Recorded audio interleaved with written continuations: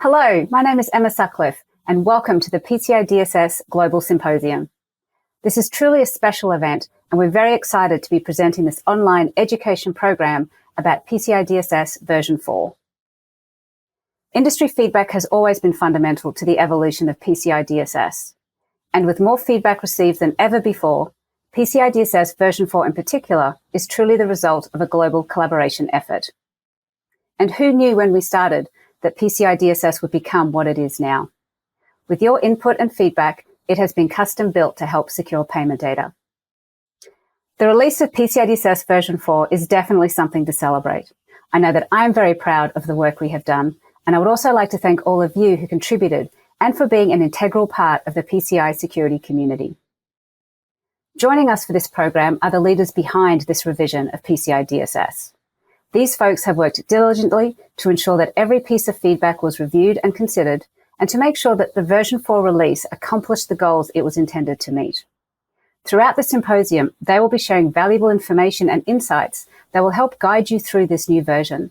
So be sure to watch each of the sessions, as there is something in here for everyone.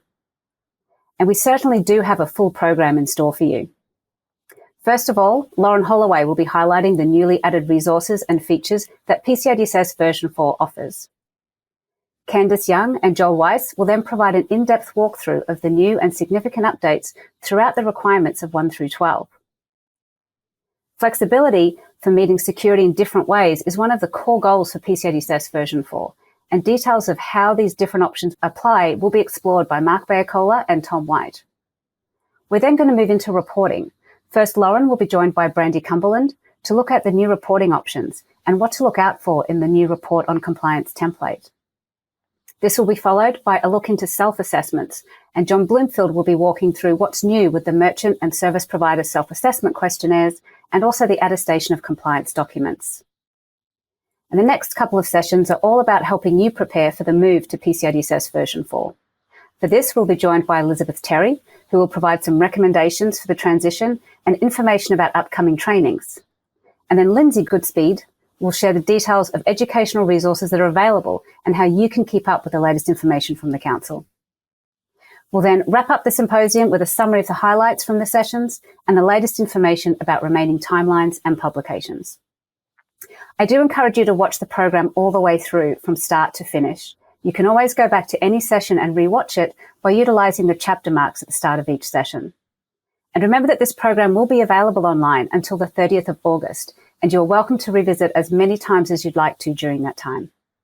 And because this symposium is available on demand, you can pause the player whenever you need to.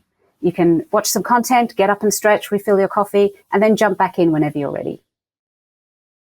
And we'd also love to hear back from you. Once you have viewed the full program, please visit pcidsquestions.org and submit any questions you may still have regarding PCI DSS version 4 requirements or the supporting documents, or to let us know if there is another aspect of PCI DSS version 4 that you would like us to provide more information about. We will be collecting all of the questions and requests that you submit during the symposium, and your feedback will help us to develop further guidance, including new frequently asked questions, some blog posts, and presentations for the upcoming community meetings, all intended to help answer your outstanding questions.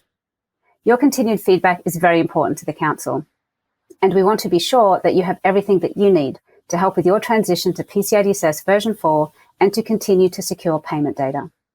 And remember, if you do have a question related to a compliance program, please refer those to your acquirer or payment brand. And speaking of those community meetings, be sure to mark your calendars with these dates and visit our website so you can register to attend. We are also creating a brand new global content library, which will be released later this year.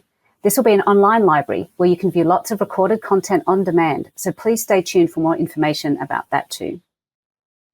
Now, without further ado, I'm very happy to kick off our first session, which will shine the spotlight on all the newly added resources and features that you will find in PCI DSS version 4. And who better to do this than one of the original authors, someone who has been a key architect of the standard back to before her time at the Council, and someone who knows its intricacies and cares deeply about its future. Please turn your attention now to PCI SSC's Director of Data Security Standards, Lauren Holloway.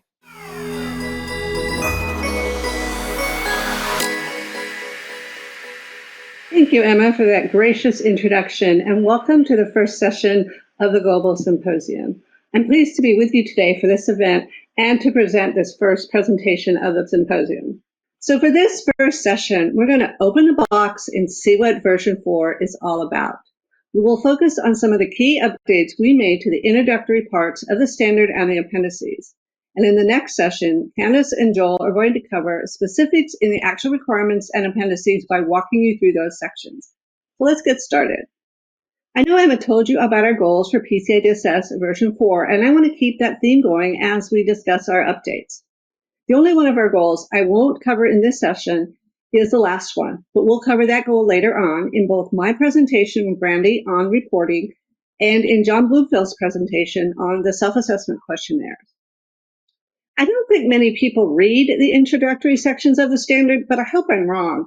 The introductory sections have a lot of good information included, and a lot of time was spent on sections for the version 4 update to explain things more clearly. I don't have time to include all the updates made to these sections, and several sections that you see here will not be covered today. But I do encourage you to refer to the Summary of Changes document for a summary of the updates, the new sections we added, etc. But I will walk you through some of the key updates and hopefully spark an interest in you to review in detail. In general, some of the changes we made in this section, including adding numbers to each of the sections. We also added numbers to the tables and the figures throughout to make it easier to refer to and to find information. We also added a lot of subtitles to help clarify intent, to break up blocks of text, and to make it easier to read and to understand. The first section is on Introduction and PCI DSS Overview. There's a new sentence in the first paragraph. While specifically designed to focus on payment card account data, PCI DSS can also be used to protect against threats and secure other elements in the payments ecosystem. Payments are starting to happen in different ways now, and it may not always be about protecting the primary account number, but about protecting the payment ecosystem more broadly. This was updated to ensure the standard continues to meet the security needs of the payments industry, which is our first PCI DSS version 4 goal. We are calling the 12 PCI DSS requirements the principal requirements in this version, and we did rename some of those principal requirements to clarify intent and or reflect current industry technology. So let's look at those. So there are no major changes to the intent of the 12 principal requirements. They still serve the same basic security purposes. We did change some of the wording for these principal requirements, though. Like in Requirement 1, we updated firewall terminology to network security controls, and this is to support the broader range of technologies that are used now to support security objectives that were traditionally met by firewalls. In Requirement 2, this requirement has always covered more than vendor-supplied default. It has always covered secure configurations in general. This update was noted by Tim Erlin, VP of Strategy at Tripwire, who has been quoted in Security Week as saying, secure configuration management goes well beyond vendor-supplied passwords, and it's great to see the new version of the standard take a more expansive approach to the requirement. Requirement 3, we broadened wording to emphasize that account data and not just cardholder data needs to be protected. And Requirement 4, we had minor rewording to reflect the focus on strong cryptography, which has always been included in Requirement 4 in general. Requirement 5 was updated to clarify that both systems and networks need protecting from malicious software. Requirement 6 was updated to emphasize software rather than applications. And Requirement 7 was updated to include both system components and cardholder data. No changes to the titles for Requirements 8 or 9. Requirement 10, we changed the terminology to logs rather than track, and we also added system components. Requirement 11, we updated it to clarify that requirements are intended to focus on both system components and networks. And Requirement 12 was updated to emphasize the goal of overarching security policies and procedures. The next section for PCI DSS applicability information. This is an important section, so I have a few slides to summarize the updates. Note that these updates do not change the intent, they just clarify the meaning. PCI DSS is intended for all entities that store, process, or transmit cardholder data and or sensitive authentication data or entities that could impact the security of the cardholder data environment. This part was added to this section, but we have stated this in other areas as well. This table was cleaned up a bit to make it easier to understand. We changed a long string of acronyms that used to be there to now state card verification code. And you can look in the glossary for a full definition of what that term means. It was felt that a simple term will aid understanding better than the complex string of acronyms that we had previously. Also in this section, we clarified that if an organization stores, processes, or transmits primary account number, then a cardholder data environment exists to which PCI DSS requirements will apply. It's possible that some requirements might be not applicable. We also clarified that PCI DSS requirements may still apply even if an organization does not store, process, or transmit primary account number. If this organization has sensitive authentication data but no primary account number, requirements for protecting that sensitive authentication data will still apply. Don't store after authorization and encrypt that data if stored prior to authorization. Another clarification in this section is that sensitive authentication data must not be stored after authorization, even if encrypted, and this applies even for environments where there is no primary account number present. In the same section for PCI DSS applicability information, we added a subsection for use of account data, sensitive authentication data, cardholder data, and primary account number in PCI DSS. We have received a lot of feedback that the standard should use only one term and avoid different terms in different requirements. However, if it says to encrypt primary account number, it means you only have to encrypt the primary account number, and that is very different than if it says to encrypt account data. So this section was added to clarify that these specific terms are not interchangeable and that specific references within requirements are used on purpose. Where used in a requirement, the requirement applies specifically to the type of data that is referenced. The next section is on relationships between PCI DSS and PCI SSD software standards. This section used to cover PCI DSS, but since that standard is being retired in October of 2022, this section now demonstrates how the Secure Software Framework standards can support PCI DSS. Because the Secure Software standards include rigorous software security requirements, the use of software developed and maintained according to either standard can help the entity meet several requirements in Requirement 6 without additional testing. There is lots of information in this section in the introductory part of the standard and in new Appendix F on this topic. I encourage you to read both for more details about software. I would like to point out there's a new glossary term for bespoke and custom software. Bespoke software is developed by a third party for the organization and according to the organization's specifications, and custom software is developed by the organization for its own use. Now, in the next section, Scope of PCI DSS Requirements, we clarify the definition of the cardholder data environment and what PCI DSS requirements apply to. Once again, these updates do not change the intent of this section. They only clarify what has always been intended. So what do PCI DSS requirements apply to? Number one, the cardholder data environment, which is comprised of system components, people, processes that store, process, or transmit cardholder data and or sensitive authentication data, and system components that may not store, process, or transmit cardholder data or sensitive authentication data, but have unrestricted connectivity to system components that do. And PCI DSS requirements also apply to system components, people, and processes that could impact the security of the cardholder data environment. We've also expanded the list of system components in this section to include more examples like cloud, printers, different things that may be present in the cardholder data environment. We wanted to broaden out those examples quite a bit. We also included a new diagram, Understanding PCI DSS Scoping, which is from the PCI DSS Scoping and Network Segmentation Information Supplement. So if you're familiar with this information supplement, you've probably seen this diagram before. Section 4 includes numerous sections that include valuable information. I'm just going to walk you through a few of those sections and some of the updates. In the wireless section, we updated that to clarify that rogue wireless detection per requirement 11 is required even if wireless is not used within the cardholder data environment, and even if there is a policy that prohibits use of wireless technology. Due to the ease of attaching wireless access points, difficulty in detecting their presence, and increased risk if these devices are in your environment, it's important to look for them. There's another section in here on encrypted cardholder data and impact to PCI DSS scope for third parties. This is incorporated from FAQ 1033.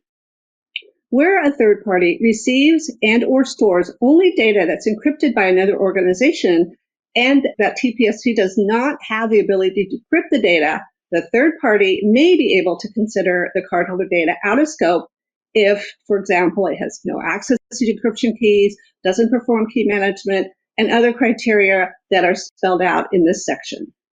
There's also a lot more guidance on third-party service providers. Let's go into a bit more detail on that topic.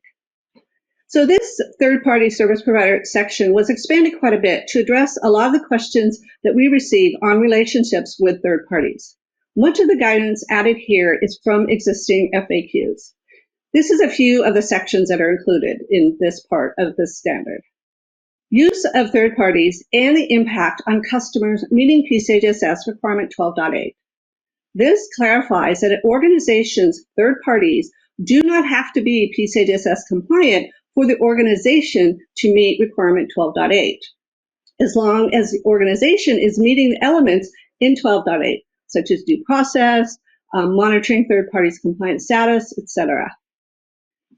This section for impact of using third parties for services that meet customers' PCI DSS requirements clarifies that if an organization uses a third party to meet a PCI DSS requirement, like firewall or anti-malware services, or if their service can impact the security of the organization's cardholder data environment, maybe they're using remote access to get into your cardholder data environment, then the organization cannot be compliant with those PCI DSS requirements the TPSP meets for you without evidence that the TPSP is actually meeting those requirements.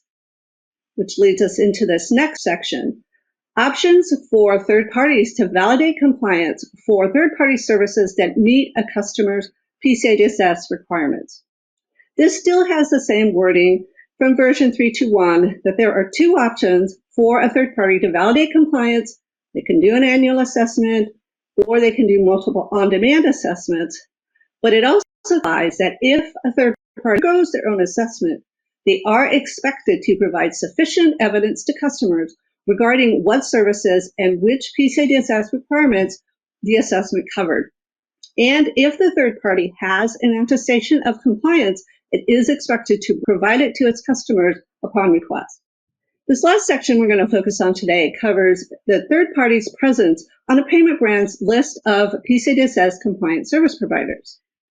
Presence on such a list could be sufficient evidence for an organization to meet requirement 12.8, which, as I said, is about due diligence, monitoring the compliance status of third parties, if it's clear from the list that the services used by the organization were covered in the TPSP's assessment.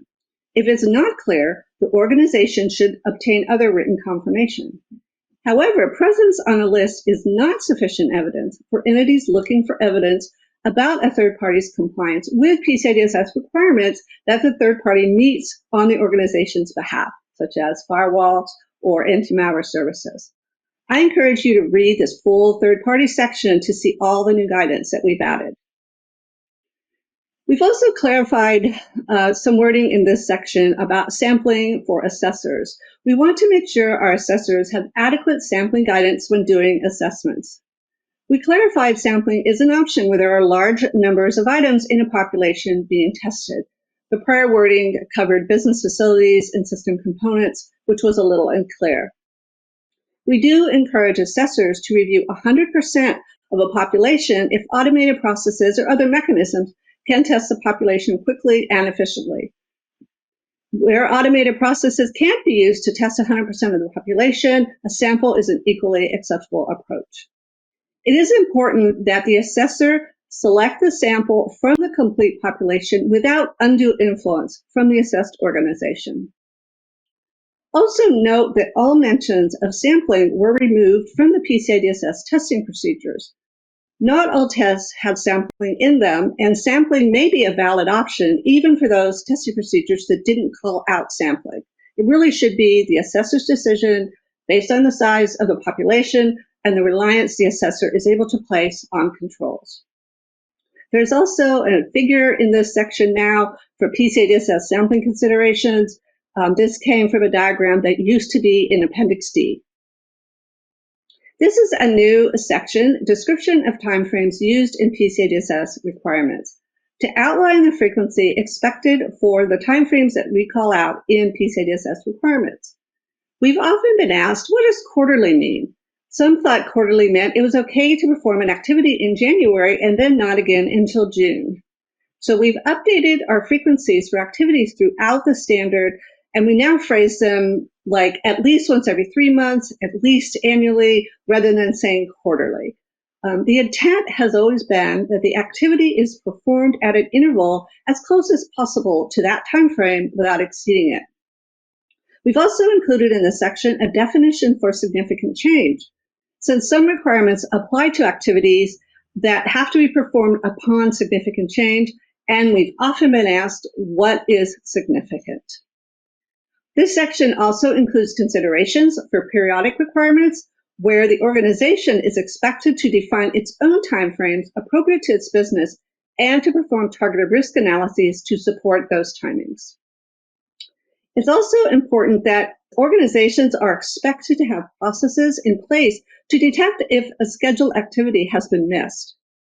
If processes are in place and an activity is performed late, some latitude can be allowed as long as the organization follows this process. If no process is in place or the activity is missed due to mismanagement or oversight, then the organization just doesn't meet that requirement. However, if all the processes and documentation are in place and all corrective actions are taken prior to the end of an assessment, there is a new way to report that, which Brandy and I will discuss in some detail on our upcoming reporting session.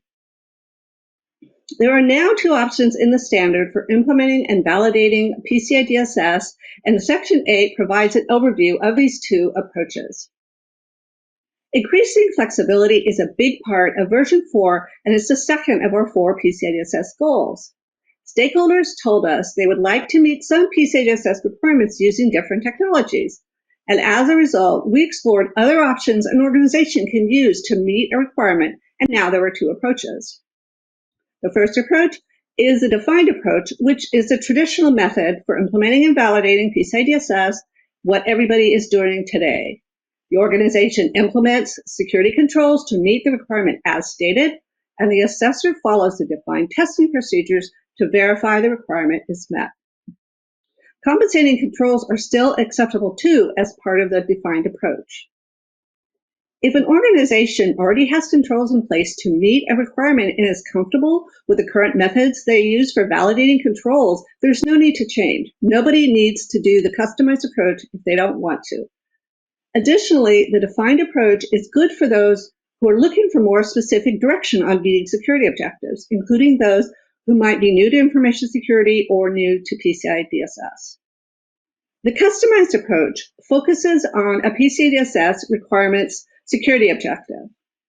The organization defines its own controls to meet the stated security objective. This approach provides entities greater flexibility to use alternative security controls, this often means new technologies, to meet PCI DSS objectives. These new technologies often don't fit within the traditional method for implementing and validating PCI DSS. I would like to point out that it takes a lot more work to do a customized approach than a defined approach, and it is best suited for risk-mature entities with robust security processes.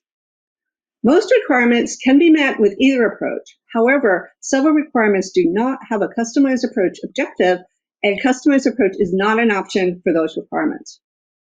Entities are able to use both a defined and a customized approach in their environments. They could, for example, use a defined approach to meet some requirements and customized approach to meet others.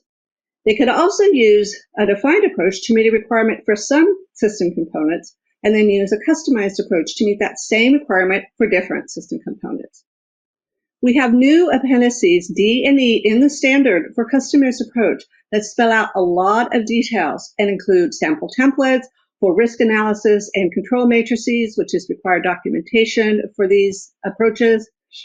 It also spells out the expectations for both the organization and the assessor when doing a customized approach. I will cover the defined approach and the customized approach in a lot more detail in the upcoming session I'm doing with Randy Cumberland on reporting, so please join that session for more details. Rounding out the introductory sections and all this new guidance that I've been talking about is this new diagram right before requirement 1 begins. It explains how the requirements are formatted and explains newly added sections in the guidance column. The parts of each requirement include the requirement description. This is at the x.x level, meaning 1.1 or 3.4. This description is a heading that organizes and describes the requirements that fall under it. Next, we have the defined approach requirements and defined approach testing procedures.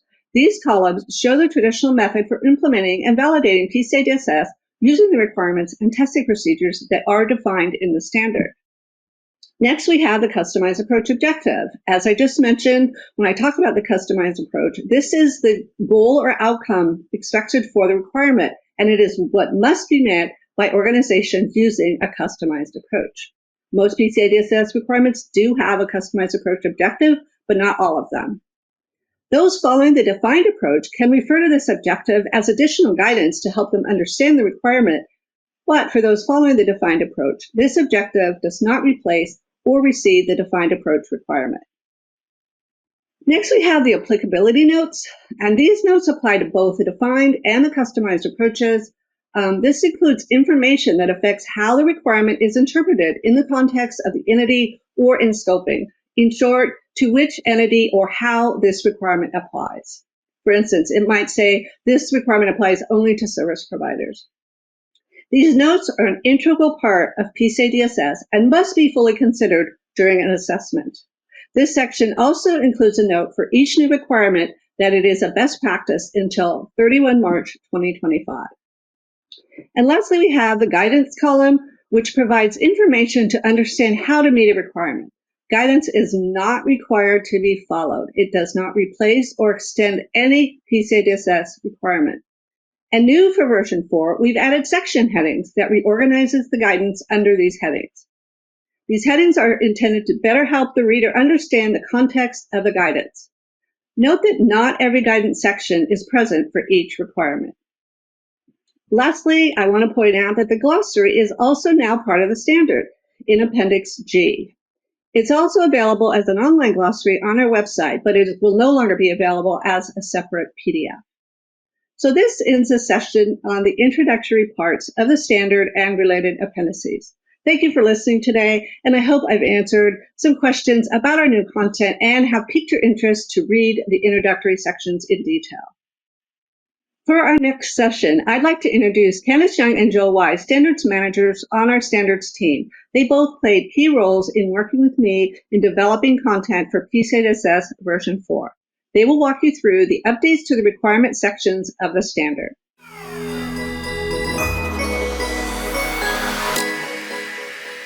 Hello, everyone, and thank you for joining the PCI DSS version 4 Global Symposium with the Council. Welcome to our presentation, Requirements, What's New and Exciting. My name is Candace. And I'm Joel, and we're two of the many people who've worked on the development of the PCI DSS version 4 and the supporting documents. Today, we'll talk about some of the impactful changes and the exciting additions within the PCI DSS version 4 requirements, which, by the way, are also outlined in the Summary of Changes document from PCI DSS version 3.2.1 to version 4, which can be found in our document library on our website. As our presentation doesn't include all of the changes, feel free to refer to the Summary of Changes document for the complete list of all new requirements and their associated effective dates. So one of the first things you'll notice when you open PCI DSS version 4 is the layout of the requirements is different than version 3.2.1. There are different kinds of guidance now available, and each kind is described here in this nifty graphic. You can find this graphic just before the start of requirement 1 in the standard. So this guidance is intended to address a variety of things. Examples of the different technologies used to meet a requirement. Many of the industry questions we received, say from one of our 3 RFCs done for PCI DSS version 4, that contributed to a lot of the content we've got in the definitions or the purpose sections of the guidance. Good Practice also offers tips on how their industry is currently addressing a lot of these objectives. Overall, this guidance provides support to entities as they navigate their way through the evolving payment environments. Lauren actually provides a really insightful overview of this section in her presentation, PCI DSS version 4 highlights. So if you haven't already seen that, I really recommend that you go back and do that. It's also in this global symposium. I will call out, however, where you can find some of this nifty guidance in the requirements as I start to go through each. So listen out for that. But as a reminder, the requirements are the actual requirements, and the guidance is not intended to supersede any of that. The guidance is intended to be supplementary. And as Joel likes to say, guidance clarifies the requirement. It doesn't define it. Just before we get into each requirement, I'd like to mention some of the general changes that we've made that apply broadly across the requirements, targeted risk analyses, and roles and responsibilities requirements. The use of targeted risk analysis allows for customization and flexibility because factors that could contribute to the likelihood or impact the criticality, volume, and sensitivity of the data being protected must all be uniquely considered, and the targeted risk analysis allows entities that opportunity to do that. Targeted risk analyses are used in 2 scenarios. So the first is where entities can define how frequently an activity is performed. They have the flexibility to establish frequencies that work for the risk defined by their business, rather than having the standard define how frequently to perform an activity across all businesses. I will point out examples of this particular one as we start to get through the requirements, starting in requirement 5, so listen out for that. The second kind of targeted risk analysis is for requirements that an entity meets with a customized approach. So the customized approach is all about providing flexibility for innovative technology, and that is grounded in the results of a formal targeted risk analysis. To help people understand how to implement these targeted risk analyses, the elements of each type are spelled out in 2 requirements in Principal Requirement 12. And targeted risk analysis are not to be confused with traditional enterprise-wide risk assessments. The requirements for an enterprise-wide risk assessment was removed from version 4, but remains a best practice. That's right, Joel. As for roles and responsibilities, we've added 10 requirements throughout Principal Requirements 2 to 11 to ensure that roles and responsibilities for the performance of activities within the requirements are formally assigned and known to all involved. But I'm sure you're wondering, why do I need this? Everyone knows what we're supposed to do. We don't need a requirement to get us to do that. But let me describe the following scenario to you and see if this sounds familiar to anyone. So you're in day 3 of the assessment, and it's going really well.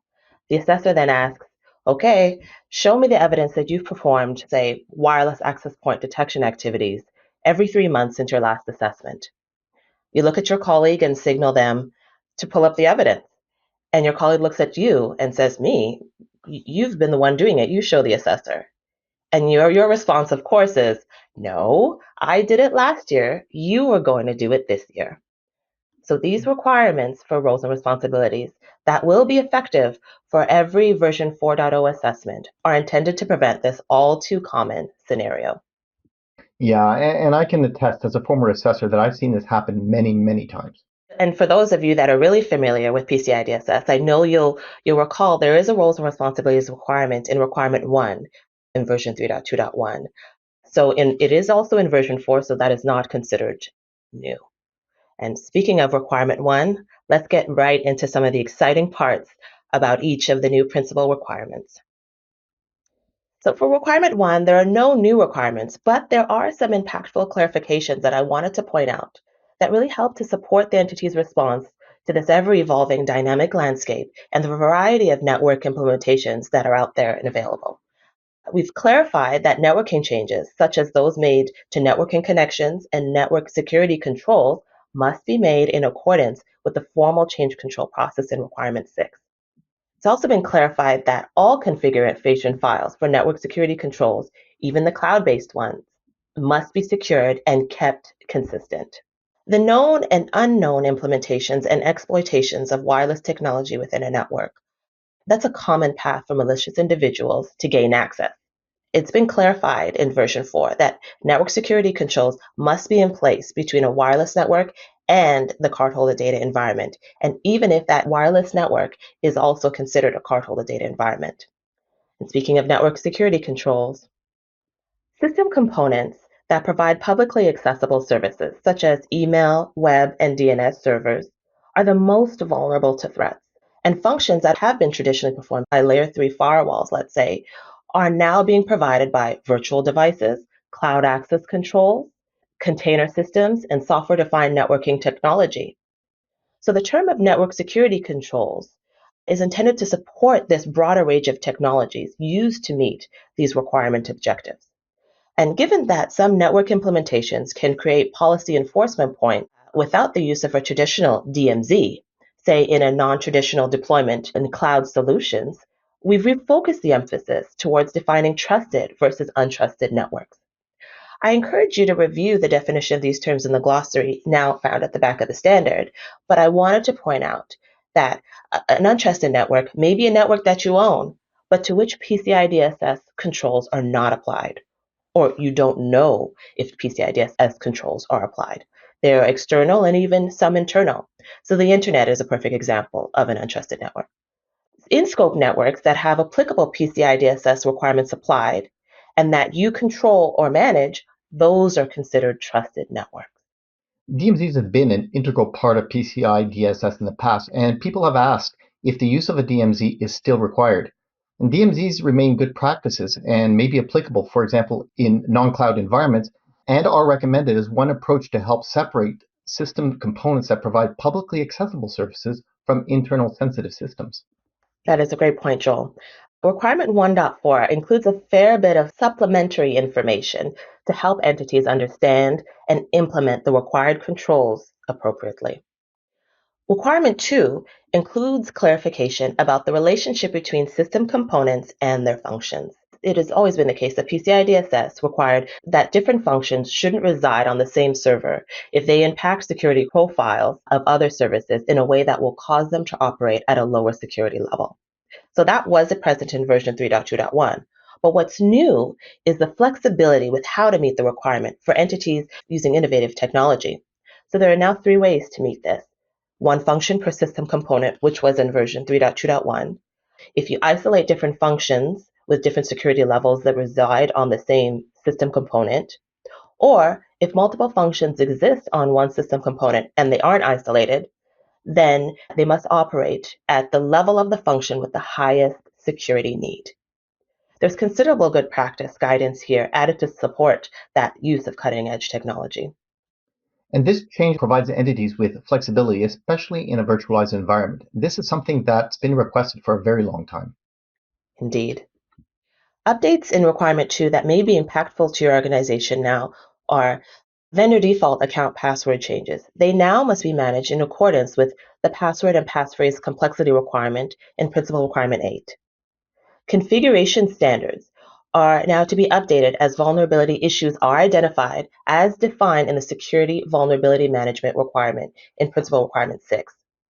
Guidance throughout this requirement really emphasizes that secure configurations, which include removing software, functions, and accounts you don't need, and removing or disabling services that you don't use, they all help to reduce the potential attack surface and therefore reduce opportunities for an attacker.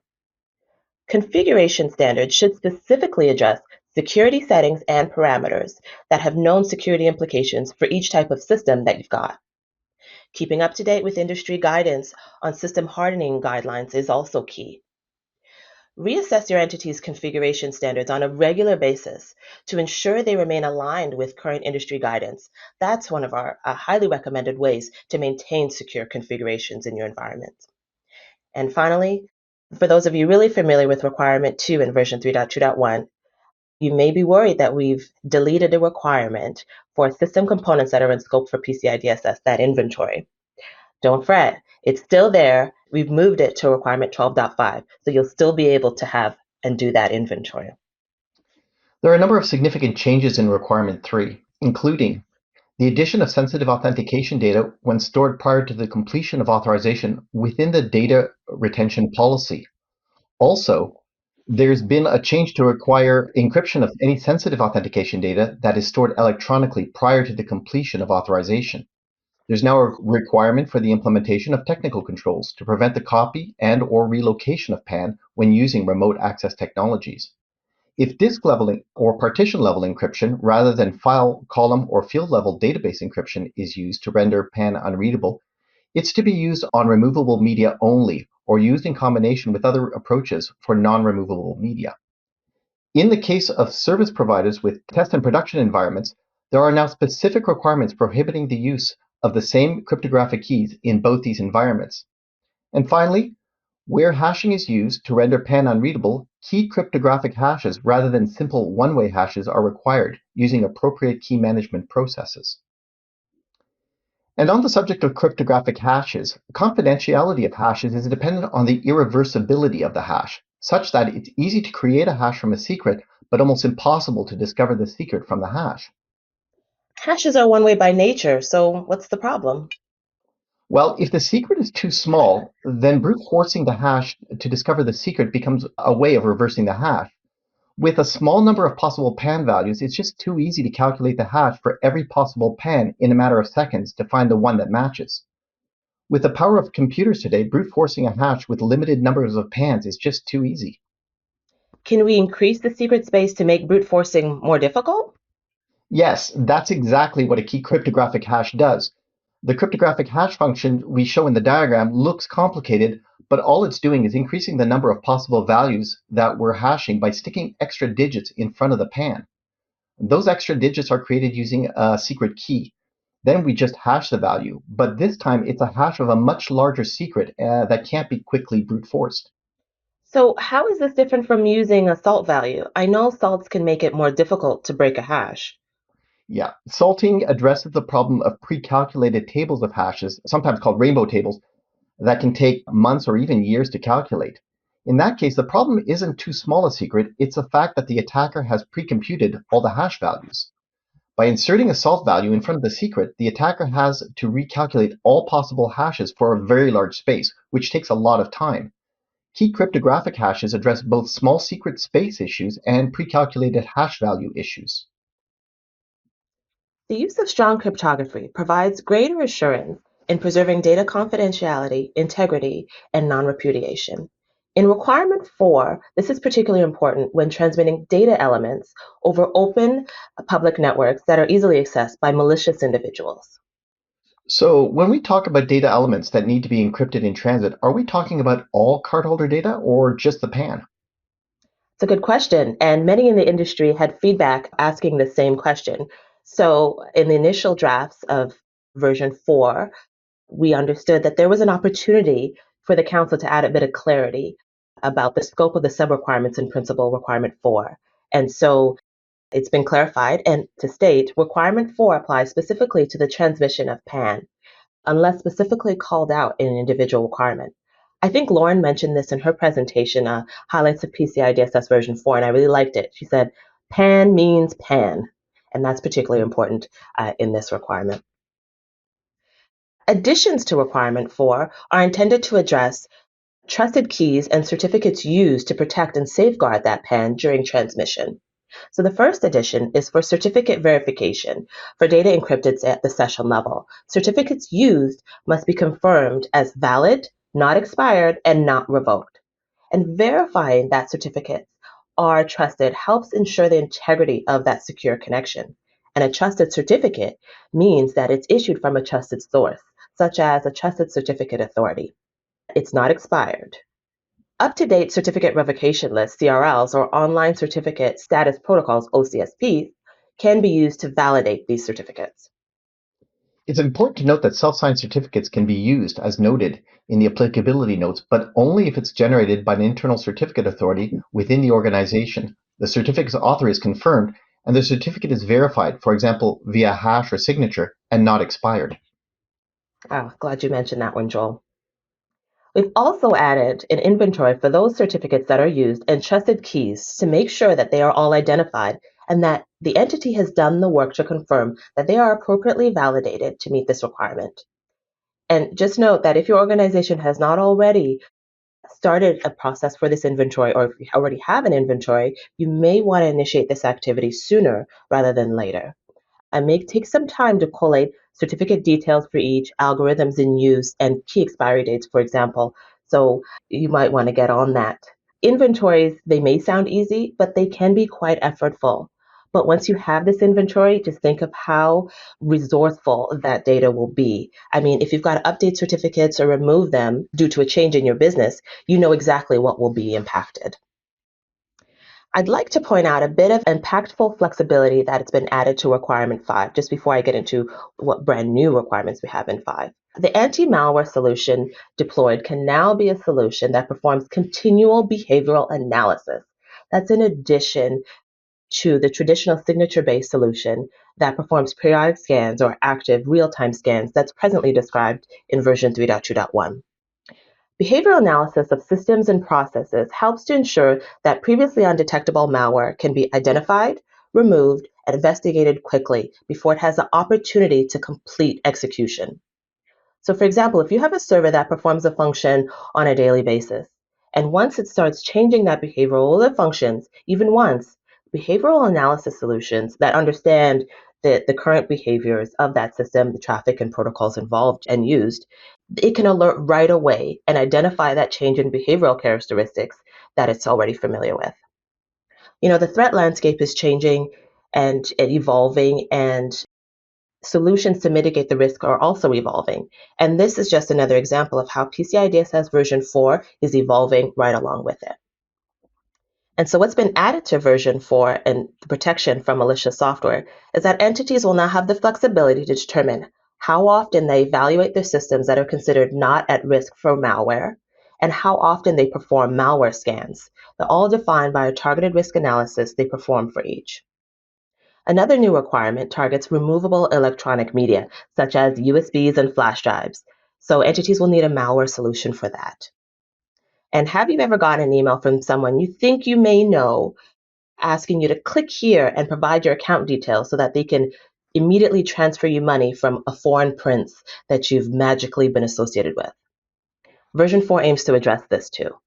Requirement 5 includes one part of the two-pronged approach to address the social engineering tactic I just described, best known as a phishing attack. So this requirement is about making sure that there are technical mechanisms in place to detect and protect personnel against phishing attacks. And I'll touch on the other new requirements for phishing awareness training when we get to requirement 12. I'll also mention a few other controls to help mitigate other types of social engineering attacks. Yes, there are two very separate and distinct requirements for phishing protection, and meeting one does not mean that you meet the other, but they do support each other. There's technical support as well as the training support for personnel. And I won't spoil your thunder, Joel, so we'll wait to hear about that requirement when we get to requirement 12. But before I close requirement 5, I wanted to point out that requirement 5.4 does include a great deal of guidance to help personnel reduce the likelihood of successful phishing attacks. So the Council has ample support for you there. Requirement 6 has incorporated a number of changes, including a new requirement to maintain an inventory of bespoke and custom software, a requirement for the deployment of an automated technical solution for public-facing web applications in order to continually detect and prevent web-based attacks. This requirement removes the previous option to review web applications via manual or automated application vulnerability assessment tools or methods. There's also 2 new e-commerce requirements to address all the e-com skimming attacks so many merchants have been experiencing. One here in requirement 6 to manage all payment page scripts loaded and executed on the consumer's browser, and another one to detect skimming attacks, which I'll cover when we review requirement 11. The management of payment page scripts to defend against skimming attacks is conducted through 3 controls. First of all, a method is implemented to confirm that all payment page scripts are authorized. Secondly, that there's a method implemented to assure the integrity of each script. And third, that an inventory of all scripts is maintained and written justification as to why each is necessary. I'll point out that all of these are preventative controls intended to prevent scripts from skimming account data. Additional detective controls intended to discover skimming attacks are included as part of Requirement 11. And on the subject of skimming, and as a brief reminder of what the term means, most generally, skimming is the act of stealing a single instance of account data in order to use it fraudulently. I've always considered physical skimming of tracked data, but in principle, this is the online version of the physical skimming attack. Exactly. Skimming can take the form of physical card or payment instrument skimming in which a physical device steals the account data, for example, at a fuel pump. Or it can take the form of online or web skimming in which a malicious script is inserted on a payment page to effectively conduct a digital version of a physical skimming attack. And it's a second form of digital skimming that is addressed by the new controls in Requirement 6 and Requirement 11. From this diagram, you can see an example of one type of skimming attack. In this case, it's not the e-commerce site that was compromised, but a third-party site, or simply a script provided by a third party, which was allowed on the site's payment page. Once loaded onto the card holder's browser, the skimming script accesses the account information entered by the cardholder and transmits it to the attacker's site. That sounds pretty simple. There must be a way to prevent this from happening. By implementing the 3 requirements I outlined earlier, entities can reduce the probability of unauthorized malicious scripts from being present on their payment page. Ideally, there should be no scripts not related to payments on any payment page. Having a defined and appropriate access control model supported by the corporate philosophy is an integral part of strong access control management, that foundation, and it reduces the likelihood that the wrong people will have access to the wrong data. There's a lot of guidance added to the access control model requirement in Principal Requirement 7 for this reason. Regarding queryable cardholder data, focus has been broadened from just database queries to now address user access to all queryable repositories of stored cardholder data. So note that in version 3.2.1, this requirement about database queries was taken out of requirement 8 and now into requirement 7 because it aligns better with system component access requirements. So the emphasis of new requirements is about making sure access to all system components, whether accessed by users or by applications and systems, are appropriately defined and assigned. And there is a new emphasis on the system and application accounts in version 4. So 2 new requirements for system and application accounts, and they relate to the assignment, management, and review of access of all application and system accounts and related privileges. This term is now defined in the glossary, and it's accounts that execute processes or perform tasks on a computer system or in an application. These accounts usually have elevated privileges that are required to perform specialized tasks or functions, and they are not typically accounts used by an individual. They are also referred to as service accounts. System and application accounts may not have always been considered within scope because they're not often used by individuals, but Requirement 7 refocuses this to ensure that all account access, even those that are accessed by other systems and applications, are limited only to the processes and users that specifically require their use. Now, Joel, tell us about how we verify and authenticate those users. Well, a lot of updates and additions were made to Requirement 8, the most notable of which are the removal of the prohibition on the use of group shared and generic accounts on an exception basis. As you know, group shared and generic accounts were prohibited from use in the past, and this requirement has been modified in version 4 such that entities may use them if their use is managed under exceptional circumstances and for a limited time frame with justification and approval. The user identity must be confirmed and all actions must be attributable to a single individual. There are also a number of changes and additions to the use of passwords and passphrases, and these include increasing the minimum password length from 7 to 12 characters. Now, we got a lot of RFC feedback on this requirement, asking us to remove password length requirements altogether. Others were asking us to implement a much longer passwords, and we were receiving many contradictory comments and opinions.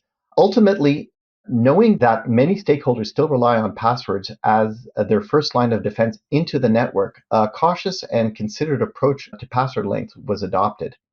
Additionally, there's a new requirement for restricting the hard coding of passwords and passphrases into files or scripts for application and system accounts that could be used for interactive logins. There's also a new requirement for protecting passwords and passphrases used by application and system accounts from misuse, as well as for the management of system and application accounts used for interactive logins. One requirement on which we received a great deal of RFC feedback was on the subject of mandatory password changes.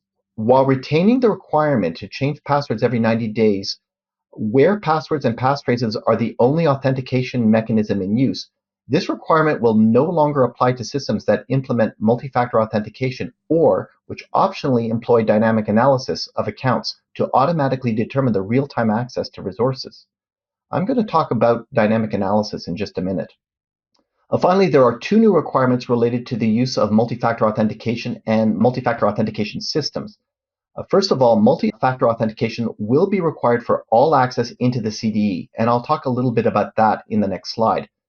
And secondly, multi-factor authentication systems will be subject to requirements that reduce their susceptibility to attacks and bypass of the MFA mechanisms, such as ensuring the MFA system is not susceptible to replay attacks, ensuring that bypass is not possible by users or administrators with very limited exceptions and conditions, employing at least two different types of authentication factors, and the success of all authentication factors is acquired before access is granted. Now, the previous requirements for the use of multi-factor authentication for remote access originating from outside the entity's network that could access or impact the CDE is retained. So what does this mean in terms of new requirements for MFA when accessing the CDE? It means that where a user or administrator accesses the network using MFA, they must again employ multi-factor authentication in order to access the CDE itself. MFA for remote access into the CDE can be implemented at the network or system and application level. It does not have to be applied at both levels. And once a user or administrator has used MFA to access the CDE, it is not necessary for them to also use MFA to access individual systems. So you talked about the use of dynamic analysis in the context of password changes. Is the use of dynamic analysis in addition to changing passwords at least every 90 days? No. In the case that a password or passphrase is used as the only authentication factor, that is, in a non-MFA access to a component, entities now have a choice to change the password or passphrase at least once every 90 days, or alternatively, to apply dynamic analysis as an alternative control to ensuring appropriate access. Dynamic analysis in the context of access control may be a term that some people are not familiar with. Dynamic analysis is a process of taking a number of data points such as device integrity, location, access time, and the resources accessed, and using these as additional authentication checks in real time to determine whether an account can be granted access to a requested resource. A lot of people have experience with dynamic analysis, whereby access to resources such as email or even streaming services is dependent on the use of a particular device from a certain location, possibly during particular times. The use of dynamic analysis may help to restrict access even where a password or passphrase has been compromised. In requirement 9, it's been clarified whether each requirement applies to the cardholder data environment, sensitive areas, or facilities. We've rearranged content to group all requirements together that identify personnel and then grouping other requirements that identify visitors. Entities can also now perform a targeted risk analysis to define how often they inspect their POI device for tampering and substitution. That's great because entities are in the best place to determine how often they do these inspections, because that frequency is heavily based on the environment that the POI device is placed in.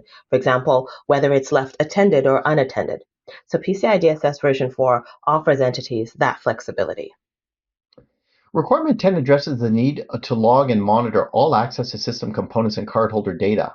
It's important to note that Requirement 10 applies to user activities, including those by employees, contractors, consultants, and internal and external vendors and other third parties. The requirements do not apply to consumers or cardholders. There are a few new requirements in Requirement 10, specifically the performance of targeted risk analyses to define the frequency of periodic log reviews for all system components not specifically defined. The detection, alerting, and prompt addressing in response of failures of critical security control systems, and the use of automated mechanisms to perform audit log reviews.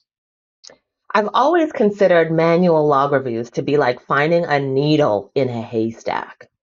Well, even the most basic automated tools provide a huge step forward in conducting log reviews. By searching and filtering for keywords, automated systems are able to parse through and in some cases analyze log results from hundreds or even thousands of devices more thoroughly than could ever be conducted by a dedicated team of people. Even in the case of relatively small numbers or sizes of log files, automated log reviews can identify and, just as importantly, alert administrators to both security and functional issues based on the criticality. Through automated log reviews and analysis, patterns of suspicious or anomalous activities can be identified, and the root cause of security issues can be identified and addressed. Automated log reviews are both a security and resource benefit to the organization. Absolutely. Requirement 11 again has a number of significant changes and additions.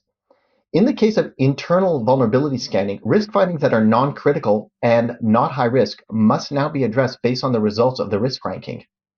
Multi-tenant service providers must now provide support to their customers conducting external penetration testing. Service providers must implement the use of intrusion detection and/or intrusion prevention techniques to detect, alert, prevent, and address covert malware communication channels. There's a new requirement for the implementation of e-commerce skimming detection, which we talked about earlier and we'll describe in a few minutes. And finally, authenticated scanning must be used for internal vulnerability scans. So, what is authenticated scanning and how is it different from previous scanning requirements? The top illustration depicts a simple unauthenticated scanning example. The scanner on the left scans for services offered by the target device on the right. If the device being scanned has services that are visible to the network, such as a web server, application server, a file server, then the scanner will test that service for vulnerabilities. If the application providing the service has a vulnerability, such as an unsupported web server, then the scanner will detect the vulnerability through the responses provided by the service. It should be apparent from this example that if the application does not provide a service outside of the device, for example, an office productivity application or even a web browser, then the scanner cannot detect the vulnerability in the application. The vulnerability in the application will remain undetected. And this does not mean that the vulnerability can't be exploited. For example, sending a malicious file to the vulnerable office productivity application could exploit the vulnerability and result in full control of the device by an attacker. So, authenticated scanning identifies vulnerable applications that don't provide a service outside the device? Yes. Authenticated scanning uses an administrative service account to log onto the device being scanned in order to access internal resources such as registries and package versions to identify vulnerable applications and libraries. By logging on, the scanner is able to see the conditions of all applications and services, not just the ones providing a service outside the device. The use of an account that can authenticate to access the device is what makes this an authenticated scan. Other advantages of authenticated scanning include reduced network load since there's no port scanning or service enumeration and testing are required. Reduced device loads since the scanner simply acts as an administrator to check for specific vulnerabilities. However, there is some preparation required to conduct credentialed scanning. For example, you have to have sufficient privileges provided to the scanning account to conduct the appropriate scan. And the scan device must be capable of accepting the credentials for scanning. Finally, as you can imagine, because authenticated scanning is capable of checking so many more applications than non-authenticated scanning, you need to prepare for this requirement well in advance of the implementation date. Typically, there may be many more vulnerable conditions discovered through authenticated scanning, and you don't want to be caught with all that patching to conduct at the last minute. I mentioned e-commerce skimming detection earlier, and this should be briefly explained. The requirement for e-commerce skimming detection requires merchants to deploy a mechanism that detects changes or indicators of malicious activity on payment pages. The only place to do this is on the consumer's browser as the page is constructed and the scripting language is interpreted. This does not mean that the merchant installs software on the consumer system or browser. It does mean that the merchant detects and prevents unauthorized script activities while constructing the payment page. There are detailed examples of how to do this in the requirement guidance column. For example, in the diagram of our earlier skimming attack, we can see that the invocation of skimming detection and reporting through the use of content security policies such as script source directives in combination with script 2 directives. The use of these directives could effectively block and report the loading of scripts from an invalid source and stop the exfiltration of account data to the attacker's site. Requirement 12 includes 3 new requirements that are effective immediately with all version 4.0 assessments. There's 3 here, and then the other 10 are attributed to the roles and responsibilities requirements I mentioned a little bit earlier. So I will point them out as I go through and other significant requirements, but remember that the Summary of Changes document does provide a full list of all new requirements and their corresponding effective dates as well. So there are a few new targeted risk analysis requirements that offer new flexibility for how often the function can be performed, such as how often to train your personnel on incident response. This requirement is also where you'll find requirements that detail each element of a targeted risk analysis used to define the frequency for a periodic activity. Also where you'll find the requirement for the targeted risk analysis that you must perform for any requirement met using the customized approach. This requirement will be effective immediately. There's now a requirement for service providers to support their customers' requests for access or information to meet requirements about their customers' third-party service provider PCI DSS compliance status. This requirement will be effective immediately with all version 4.0 assessments. There's a requirement for incident response procedures to make sure that they're in place and initiated upon detection of stored PAN anywhere it's not expected. Another new requirement I'd like to highlight is the documentation and review of cryptographic cipher suites and protocols in use at least every 12 months. Even though this requirement takes effect March 31st, 2025, I'd suggest getting started on this fairly soon. Much like the certs and trusted key inventory requirements that Candace spoke about in requirement 4, this could be a substantial undertaking that you'll want to get the right people working on as soon as possible. That's a great point, Joel. And another activity that certainly requires your attention is the new scope confirmation requirement. So this requirement is for entities to document and confirm their scope at least every 12 months or every 6 months for service providers. And it will be effective immediately with any version 4.0 assessment. It's effective immediately because we know each entity is already performing this activity. We just now need to have it documented. So note that this scope confirmation activity is not the same as what is performed by the assessor during the annual assessment. This is to be performed by the entity. And it includes identifying data flows for applicable payment stages, such as authorization, settlement, chargeback, refunds, and for payment channels. It includes updating the data flows that are also needed for network security controls in requirement 1. Identifying all locations where account data is stored, processed, or transmitted. That includes applications that process cardholder data, locations outside of the currently defined cardholder data environment, file backups, transmission between systems even. All system components in the CDE connected to the CDE or that could impact the security of the CDE need to be considered. All third-party service provider connections with access to the CDE must be considered. So give consideration to business partners, entities providing remote support services, and other service providers that can access the sensitive data or could impact the security of that sensitive data. And finally, all segmentation controls must be considered and confirmed. So including a justification for environments that are deemed as to be out of scope. So confirmation of all of these aspects that are identified in scope or not in scope must be documented for this requirement. And this is a particularly helpful exercise because how many times has maybe an assessor, you as the assessor or as the entity, they've found cardholder data in areas you didn't think they would have been, could have been, or should have been.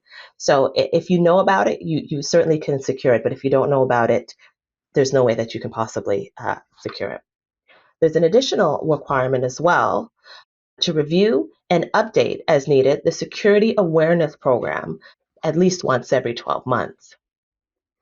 The security awareness training must include awareness of threats and vulnerabilities that could impact the security of the CDE, including phishing and social engineering. While requirement 5 includes requirements for automated anti-phishing mechanisms, technical controls to address phishing attacks are only part of the solution. A technical solution does not replace the need to include anti-phishing in the security awareness program. You need both. And on the subject of phishing and social engineering attacks, it should be pointed out that what attackers do is attempt to take advantage of common human reactions to social interaction cues. These include receiving an email, appeals for assistance, the use of an authoritative tone, or an exchange of information with the promise of some sort of reward. Phishing is just one type of social engineering attack. Identifying some of the common characteristics of social engineering attacks allows personnel to react appropriately when targeted for such attacks.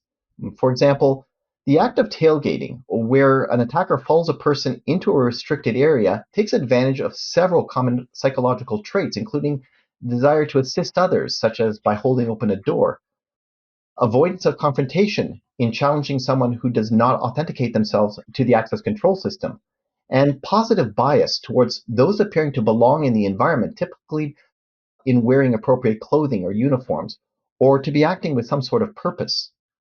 Phishing attacks take advantage of similar traits, but apply these to the acceptance of fraudulent emails.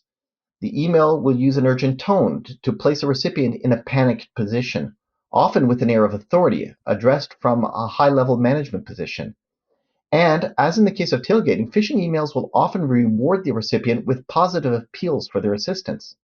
Training should help personnel identify some of these characteristics in order to better empower them to challenge their own psychological inclinations on which the attacker can take advantage.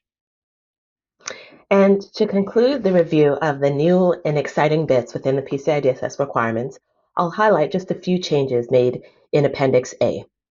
So in A1, we've got the change in title to multi-tenant service providers and replaced the term that was previously shared hosting providers. And just to be clear, the multi-tenant service providers is nothing new. It represents all types of service providers that offer a variety of hosted services to its customers. Multi-tenant service providers is included in the glossary as well. There are 3 new requirements to this section, and it's for customer environment separation, penetration testing to confirm that separation, as well as the establishment of a repeatable process to report and address security incidents and vulnerabilities.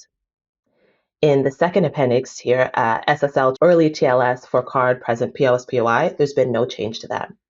And for A3, the designated entities of supplementary validation appendix, this appendix only applies to entities designated by a payment brand or acquirer as requiring additional validation of existing PCI DSS requirements. So an entity is required to undergo an assessment according to this appendix only if instructed to do so by an acquirer or payment brand. A new requirement has been added to this appendix, and it's for a control to detect, alert, and report automatic logging failures. So note that there may be some requirements that are duplicated between this DESV section and in the standard, and that's because some entities that will be required to complete the DESV may not have had to meet all requirements in PCI DSS, say if they're doing an SAQ that's particular to their environment. So that's the reason why we've kept both of them in both the DESV and in the standard. And with that, as you can see, there is a lot that's new and exciting about PCI DSS version 4, and we are thrilled that the standard is out and being read by each of you so we can continue that goal of helping to secure payment data. There's more supporting material to come, so make sure that you're signed up at pcissc.org so you can get regular updates on that. We look forward to seeing you at either the North American Community Meeting in September or the European Community Meeting or others. And we thank you so much for staying along on this journey with us throughout the requirements. And we'll turn it over to our training team members, Mark and Tom, for their presentation on the defined approach, compensated controls, and the new customized approach.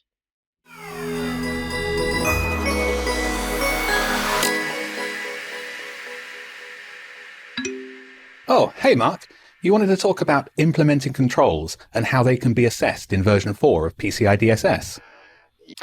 Yeah, Tom, I've been talking to people with different companies about PCI DSS. And in the past, I know some have said that a real strength of the DSS is how prescriptive it is. You know, because some standards are very loose and high level with their rules, but the DSS has very specific rules to follow, like exactly how long a password has to be. But people are also talking to me about building cloud environments with microservices and APIs, everything on mobile, behavioral analysis tools, and they're struggling to apply the prescriptive rules of DSS in their environments. So I know one of the goals of the new version of DSS is to be flexible. Can you talk this through with me and see if I understand what's going on? Yeah, sure. No problem. But before you throw any of your difficult questions or scenarios at me, let me ask you something. Do you think the Council is trying to prevent people from using cutting-edge technology or doing business in new ways? Oh, no, of course not. Whew. Well, as long as there's a way to secure whatever cutting-edge or new technology is being used, it can probably be compliant. Let's start with how organizations develop their controls. In the new version of PCI DSS, there are now 3 different ways an organization can select security controls to help them be compliant. There's the defined approach, follow the requirements described in the standard. It comes with predetermined testing procedures, it's predictable, you know what you get, and in many ways it's similar to the earliest versions of PCI DSS. For organizations with controls that fit the way the standard was written, it's probably the best choice. Then there's compensating controls. This is for organizations that can't meet some of the written requirements. Instead, they replace the PCI DSS control with something just as good or better. But only if there's a constraint. And then they have to fill out a compensating control worksheet and all that. Yeah, that's right. And now there's the customized approach. For organizations that have got a mature risk management process. Some companies have the expertise to design and test new security controls, and they may be using cutting-edge technology. The customized approach gives them a framework for explaining how their non-traditional controls still meet the security objectives in PCI DSS. Okay, well, yeah, I know we have these 3 different ways of coming up with controls. I guess I just get confused. Let me run some scenarios by you and tell me if you think they could be PCI DSS compliant. Well, all right, but I gotta be honest with you, Mark. It doesn't sound like it's going to be very much fun for me. Okay, so for instance, I know someone that runs car washes in a few cities. They've had the business for years, and they take payments by card. At first, they just swipe cards, but now they're taking payments online so people can buy gift cards. And these people aren't security experts, they're car washing experts. PCI DSS is so complicated now, can they even be compliant? Well, you're kind of making it sound like they have to read the whole of the new standard during their lunch breaks and write a report on compliance themselves. Can we back up a little bit? What sort of payment systems do they have? Well, they've got lots of locations where they take face-to-face payments through a homegrown point-of-sale application that they made. Their website is probably the biggest area of growth, but I think they outsource their payment pages to their acquirer. All right, so if they used validated payment software, that could make their compliance and assessment a bit easier. But frankly, lots of merchants write their own software without any problems at all. As for the outsourced payment page, it sounds like they're using a service provider for that. If they've already been doing PCI DSS for years, do you know what they did for their last assessment? Yeah, they've got an ISA, and they do a full assessment and a ROC each year, and they've been compliant so far. Well, that means that up till now they've been meeting PCI DSS requirements as written. Are they happy doing that? Happy? Sure. I'd say they're used to it by now, but they don't want to learn a whole new standard. Well, I mean, that's true for most people. But if they didn't complain before, it doesn't sound like their approach to controls needs to change. As a matter of fact, since many of the requirements have been rewritten to clarify what's needed and a huge amount of guidance has been added, they might actually find it easier now than before.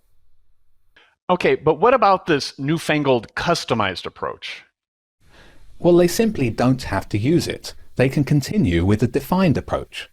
If the defined approach requirements in the standard fit them, they can stick with them. Okay, but there's a lot of new requirements in version 4. Well, they're still going to have to meet any that are applicable to them, but most of the requirements haven't changed that much, and their existing controls can probably still meet them. And don't forget, they've got plenty of time to update their current controls to meet the new and updated requirements. This all reminds me, yesterday I was washing my car with my youngest son, and after a bit he said to me, "Dad, I really wish you'd just use a sponge like everybody else." I don't get it. Really? Okay, give me another scenario then. Frozen yogurt. I have a student that works for a frozen yogurt business. So they do a lot of face-to-face transactions using a point-of-sale system on some Windows PCs. And all the store transactions are sent across the internet back to the corporate data center for processing. But they just realized the point-of-sale connections to the data center use TLS version 1. And you know that won't pass requirement 4.2.1 because that's not a secure protocol. So they raised a ticket with the software developer, but the update won't be available until next year. So they can't be compliant until next year. Oh, hang on, wait, back up a bit. There's loads of information here. Let me get this straight. Froyo. Yes. Okay. And they're doing a TLS version 1 transmission of account data over the internet. With no update until next year. Because the technology can't be configured to use a secure protocol.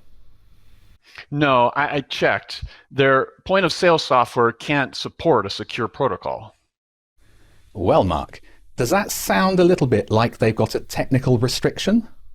Yeah, their point-of-sale only supports weak crypto. And that's stopping them from meeting the requirement as it's written. Right. They have to use this insecure protocol, and 4.2.1 says they can't. They can't meet it. Well, this is sounding quite a lot like they're a good candidate for a compensating control. When an organization's got a legitimate technical or business constraint, they can use a compensating control, which means they can come up with a new control that they can do instead. So, can you think, Mark, what could they do to protect this TLS v1 connection? I mean, maybe they could put it all through a VPN? Would that be just as good or better? Does it address the risk and the objective of the original control? Yeah, because they'd still be using the insecure protocol, but it would be shielded inside of a VPN, so the data is protected.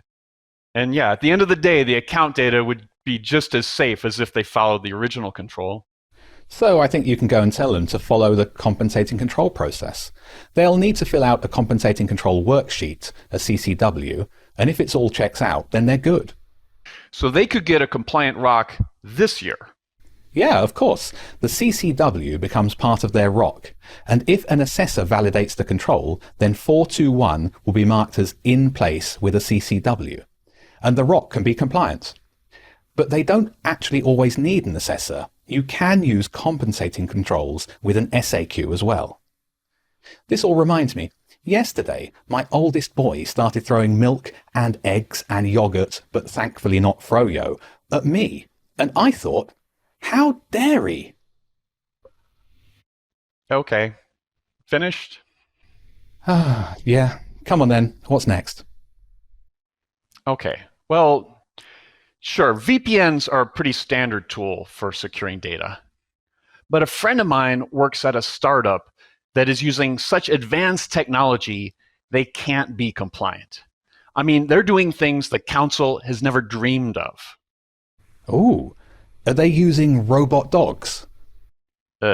No, but they have got an AI system that basically codes a bespoke e-commerce site for every customer and then tears it down when they're done. AI? But there's no actual robots involved. No. But the entire code base is AI generated based on like 1 million different metrics that are processed in the time it takes the customer to just like click on a link. Like even the payment pages are customized to maximize the conversion rate.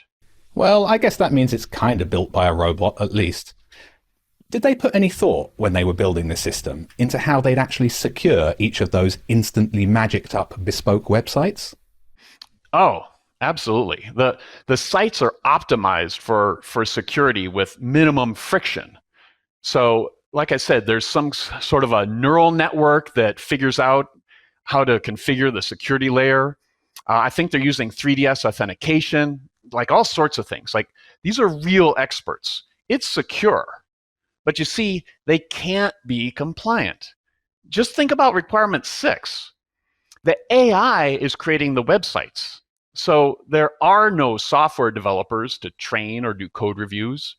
There are no servers to patch because hundreds of instances are spun up and destroyed every hour. You know, they can't be running every adjustment through change control. This is the future. But how do you know that it's actually secure? Oh, well, she showed me. She showed me the code with the runtime application self-protection. She showed me the talking AI head, the whole thing.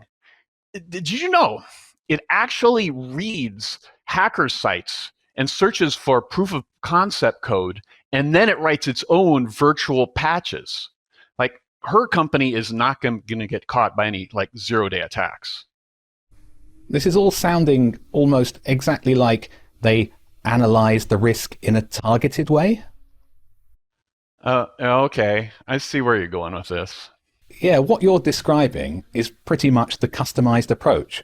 It takes some extra work to get there, but if they document their process in a targeted risk analysis and their protections in a control matrix, they're on the way to being compliant. They can design and test their own security systems with the customized approach. But then we just trust that they got it right on their own? Oh, no. It's still validated by a QSA as part of a full assessment with a ROC. So an SAQ, self-assessment, won't cover something as complex as this. Oh, that reminds me. What do you call a sad robot? A cyborg. Okay. All right. Well, anyway, thanks for talking this through with me. I do think I understand them better now. And I think also I'm seeing a theme. Even though each organization is different and their compliance obstacles are unique, there's enough flexibility in PCI DSS that they could identify controls that fit them and still reach compliance. Yeah, but don't forget, which method the organization uses depends on what type of organization they are. What do you mean? Well, an entity that has implemented PCI DSS controls in the past and finds that the requirements as written are a good fit, well, they can follow the defined approach, using the defined approach requirements listed in the standard. Yeah, like the car wash. Yeah, like the car wash. And an organization that has constraints, like legitimate business or technical restrictions that prevent them from following the defined approach requirements, they can replace them with their own compensating controls. Right, like the yogurt stands. Yeah, froyo. And an organization that has a lot of resources and a mature approach to risk management, well, that type of organization could be using advanced new technology and techniques, and they may choose to use the customized approach to reach compliance. Right, like the robot dogs. But the important thing to remember is that you have to pick one and stick with it. No, that's wrong. Are you sure you've actually read through the standard? Yeah, I read the summary of changes and watched a video. Oh, well, that explains it. You can absolutely mix and match these three approaches as needed. With each requirement, you can determine the best approach for your organization. Oh, right, okay.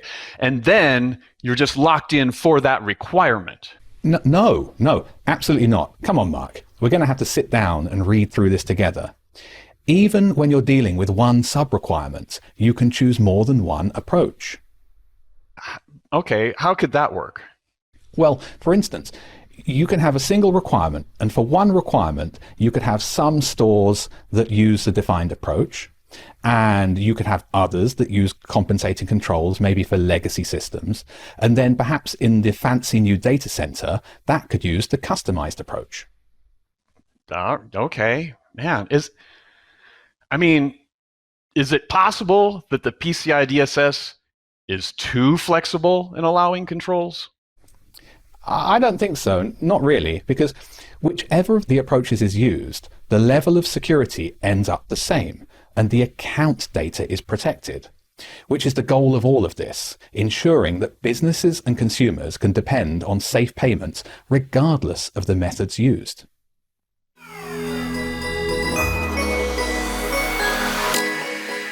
Hi, everybody. I'm Brandy Cumberland, Director of Program Operations at the Council.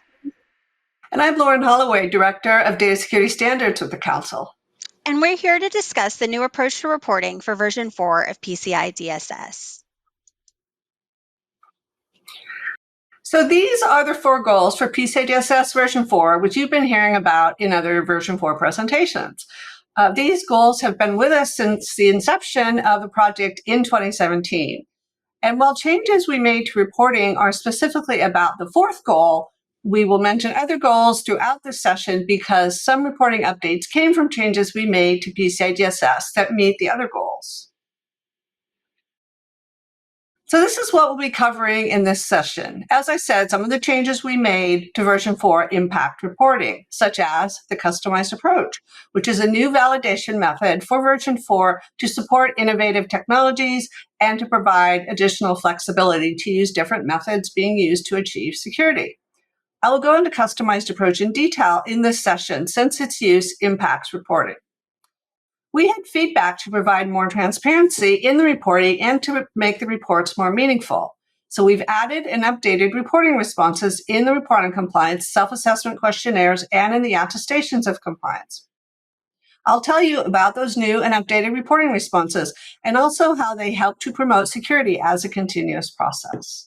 And then Brandy will tell you about how we updated the report on compliance and the attestations of compliance and how those updates support the changes we made to version 4 and enhance our validation methods and procedures. John Bloomfield has a separate session to cover similar updates to self-assessment questionnaires. So I'll start with a customized approach. Flexibility is a big part of version 4, and stakeholders told us they would like to meet some PCI DSS requirements using different technologies. As a result, we explored other options an entity can use to meet a requirement, and now there are 2 approaches. Customized approach is the new option. The customized approach is all about providing flexibility for using different methodologies to achieve security objectives. And this impacts reporting because assessors need to be able to report customized approach if their customers use it. Just what is a customized approach? If you listen to my highlights presentation, these first 2 slides will look and sound familiar, but then I will go into a lot more detail about the defined approach, customized approach, and compensating controls. So let's start with the defined approach. This is a traditional method for implementing and validating PCI DSS. In essence, it's what everyone is doing today. The entity implements security controls to meet the requirement as stated, and the assessor follows the defined testing procedures to verify the requirement is met. If an entity already has controls in place to meet a requirement and is comfortable with the current methods they're using to meet PCI DSS, there is no need to change. No one has to do a customized approach. Additionally, the defined approach is good for those looking for more specific guidance on meeting security objectives, including those who might be new to PCI DSS or new to information security. The customized approach, on the other hand, focuses on a PCI DSS requirement's security objective. The organization defines their own controls to meet that stated security objective.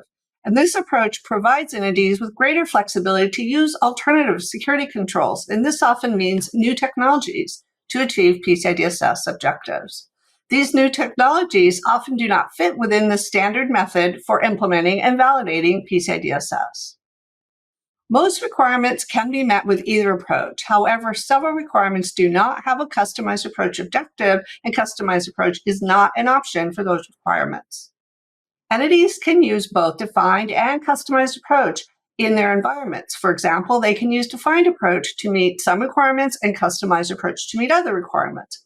Or they could use a defined approach to meet requirements for some system components and use a customized approach to meet that same requirement for different system components. So let's review the customized approach process now, both from the organization's perspective and from the assessors. As I said, in a customized approach, the organization designs and implements their own customized controls to meet the security objective.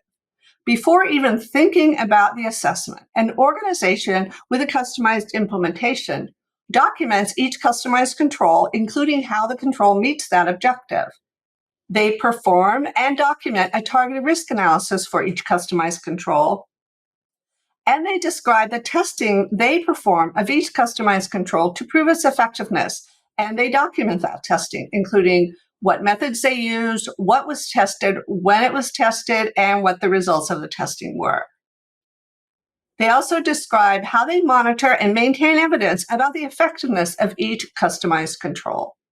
All this is documented in the organization's control matrix and targeted risk analysis, including at least the information specified in PCI DSS appendices E1 and E2.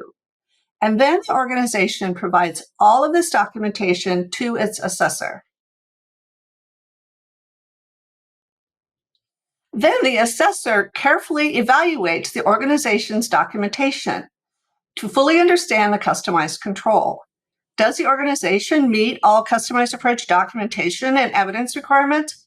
Does the documentation show that the customized control provides at least the same protection as a defined requirement? And note that because each customized implementation is different, there are no defined testing procedures. Therefore, the assessor needs to develop or derive their own testing procedures that are appropriate to the implementation. Those procedures should be reasonable and practical, they should be sufficiently robust to provide assurance in the result, and they should provide a suitable level of evidence that allows the assessor to make an accurate finding. The assessor then tests each customized control using their derived testing procedures to determine whether the entity's implementation meets the requirement's customized approach objective and results in an in-place finding for that requirement. The assessor then documents the control, the derived testing procedures, related details, and results of testing in the report on compliance in two places, at the requirement and in Appendix E. Note that at all times, QSAs are required to maintain independence requirements that are defined in the QSA qualification requirements, meaning that if a QSA is involved in the design or implementation of a customized control, they cannot also be the assessor for that control. As you can see, the customized approach has a few more steps than the defined approach. Clear and open communication between the organization and its assessor is critical for customized implementations. It's important that the assessor and the organization work together to ensure the assessor fully understands a customized control and the organization understands the derived testing the assessor will perform. An important point to remember is that it is the entity's responsibility to design and implement a customized control prior to the assessment. The customized approach is not what an organization does when it hits a problem during the annual assessment. It is not a workaround to avoid having to meet a PCI DSS requirement, and it does not fix situations where an entity realizes during an assessment that a PCI DSS requirement is not met as stated. The customized approach is not an easier option and may, in fact, require greater initial effort to ensure it's been properly documented and can be effectively assessed. You may be wondering who can use a customized approach? Well, the customized approach is completed by a QSA or an ISA and is documented in a report on compliance template. SAQs do not support the use of a customized approach due to the extensive reporting needed for the customized approach. However, an SAQ-eligible organization may elect to have a QSA or ISA perform their assessment and document it in a ROC. However, the use of the customized approach may be regulated by payment brands and acquirers. Therefore, any questions about the use of a customized approach must be referred to those organizations, including whether an organization that is eligible for an SAQ may instead complete a report on compliance to use the customized approach, and whether an organization is required to use a QSA or may use an ISA to complete an assessment using a customized approach. Before we leave the defined and customized approaches, let's touch on compensating controls too. Many people are familiar with compensating controls, and they are still an option for those using the defined approach. It's important to note that the customized approach supports a different need than compensating controls do. Compensating controls are for entities that cannot meet a requirement due to a business or technical constraint. The entity implements an alternative control that mitigates that same risk. But there is often an underlying non-compliant system or process that cannot be addressed. For example, compensating controls are often used in situations where there's a legacy system or process that cannot be updated to meet the requirement. In these scenarios, often the customized approach objective cannot be met either. Compensating controls appendices B and C are still in the standard to provide guidance and the compensating controls worksheet. And there's also added clarification in the compensating controls appendix B that a compensating control cannot be used to retroactively address a requirement that was missed in the past. For example, where a task that should have been performed was not performed and no action was taken at that time to address it. Unlike compensating controls, where organizations are constrained and unable to meet the requirement as stated, for the customized approach, the entity has an innovative approach and chooses to implement a different control to meet the objective. Customized approaches are most successful when the entity has strong risk management practices and can document exactly how the approach meets the requirement's objective. Appendices D and E in the standard provide details on completing customized approaches and provide the templates I mentioned a couple slides ago for the entity to complete, the controls matrix and the risk analysis templates. Some of you may be wondering if these two can be used together, and the answer is no. Compensating controls are not an option with a customized approach. The intent of a customized approach is to support organizations that develop their own customized controls to meet the requirement's objective. It would not make sense for an organization to also develop an alternative compensating control because the customized implementation that the organization developed cannot meet the requirement's objective. After flexibility, the third goal and a common theme for version 4 is to encourage a continuous approach to security. To support this goal, there are new reporting options in the report on compliance and also in the self-assessment questionnaires.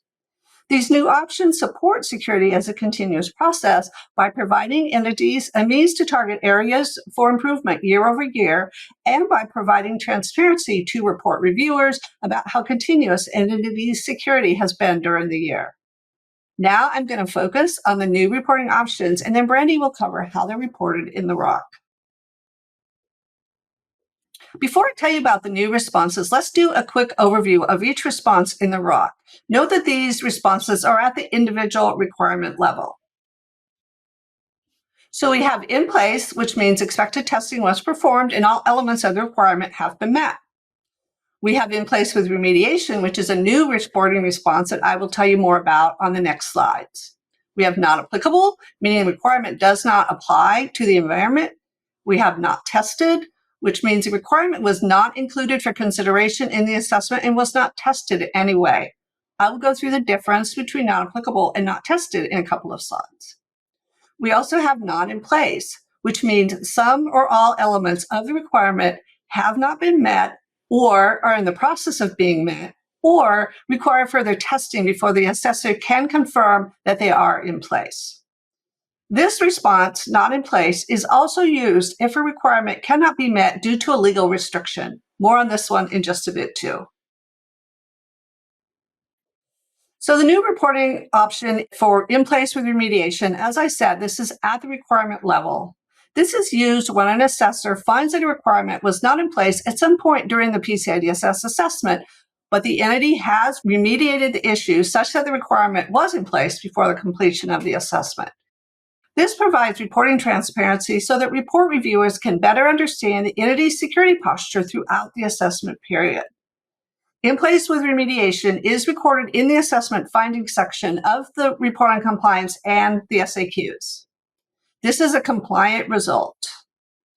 In all cases where in place with remediation is used, the assessor must have assurance before the end of the assessment that the entity has identified and addressed the reason why the control failed, that they've implemented the control, and that they've implemented ongoing processes to prevent reoccurrence of the control failure. Examples of scenario where in place with remediation may be applicable include a security patch not applied 6 months ago, or a network security control that was misconfigured when it was initially installed. Maybe several users did not attend annual security awareness training. There was accidental storage of unencrypted primary account number, and an ASV scan that was missed in a quarter prior. We hear that missing ASV scans have been historically addressed by creative use of compensating controls. I want to clarify that it was never the intention that compensating controls be used to retroactively address something missed in the past. I would like to point out, too, that in place with remediation is not meant to penalize an organization for a single missing signature or other minor discrepancies. The intent is to detect a pattern of missing controls. If under version 3.2.1, the assessor would have set in place without requiring any other action, that's still in place for version 4. If under version 3.2.1, the assessor identified some issues and maybe would have said, hey, you have a few things to fix before we finish the assessment, and then I'll relook at them, that is in place with remediation. Now let's talk about the difference between not applicable and not tested. Not applicable means the requirement does not apply to the organization's environment, and the assessor must confirm that the requirement truly does not apply. So let's say an organization does not have primary account number in their environment. Before saying not applicable, the assessor has to review their data flows, has to understand the entity's business, how and what data is received, how they do various things, and then the assessor documents how they confirmed there is no primary account number in that environment. Whereas not tested means the requirement was not considered at all during the assessment. The assessor does not perform any testing and does not know if the requirement applies or whether it's in place or not. Maybe an acquirer tells a merchant to only include prioritized milestones 1 through 4 in the assessment. In this case, other requirements are applicable to the entity's environment. They may be included in a future assessment, and they might even be in place right now, but they were not looked at all or considered for this assessment. Some examples of where not tested might be used, as we discussed on the last slide, where an acquirer advises their merchant to only include milestones 1 through 4 of the prioritized approach. Or maybe the organization has implemented a new encryption technology since their last annual assessment and only wants the requirements related to that technology assessed. Or a service provider who only wants to include those requirements related to a specific service like data center hosting, maybe just requirements 9 and some of 12, and all the others are not tested. However, it is not intended for an organization that's only compliant with some requirements and other requirements are not in place, and they want their assessor to not test those requirements while they implement corrective action. Another new reporting option and a change to how not tested is reported, we now have full assessment and partial assessment. Full assessment means all requirements have been assessed and no requirements are marked as not tested. Whereas partial assessment is a new option for version 4 when there are not tested requirements. The not tested results are summarized along with other requirement responses in the report on compliance and the attestation. In version 3.2.1, any requirements that were not tested resulted in a non-compliant overall report. Version 4 means not tested can be reported as compliant with a partial assessment. Last reporting option that I will talk about is compliant but with legal exception. This is used if a requirement cannot be met because meeting it would violate a law or regulation. Note that contractual obligations or legal advice are not considered legal restrictions. The correct response for this option is not in place at the requirement level. This is also reported in the ROC summary section and in the attestation of compliance as compliant, but with legal exception. For version 3.2.1, this was imported in the attestation, but was not included in the report on compliance. And we've added it to the report on compliance for version 4 to align reporting between those two documents. So how does all of this, the defined approach, customized approach, compensating controls, full and partial, in place with remediation, how does all of this make its way into the report on compliance in the attestation?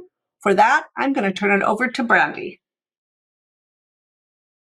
Thanks, Lauren. The last goal we will cover today is enhanced validation methods and procedures.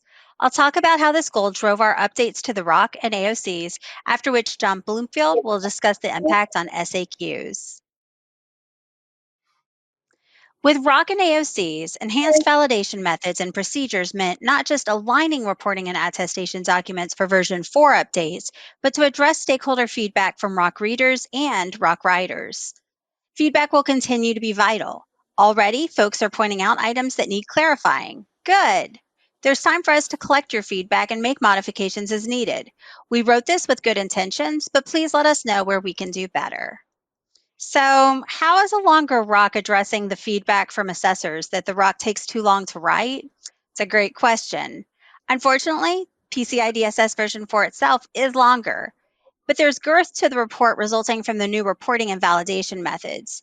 It isn't wasted space, and it's not a heavy lift in reporting, but it is there.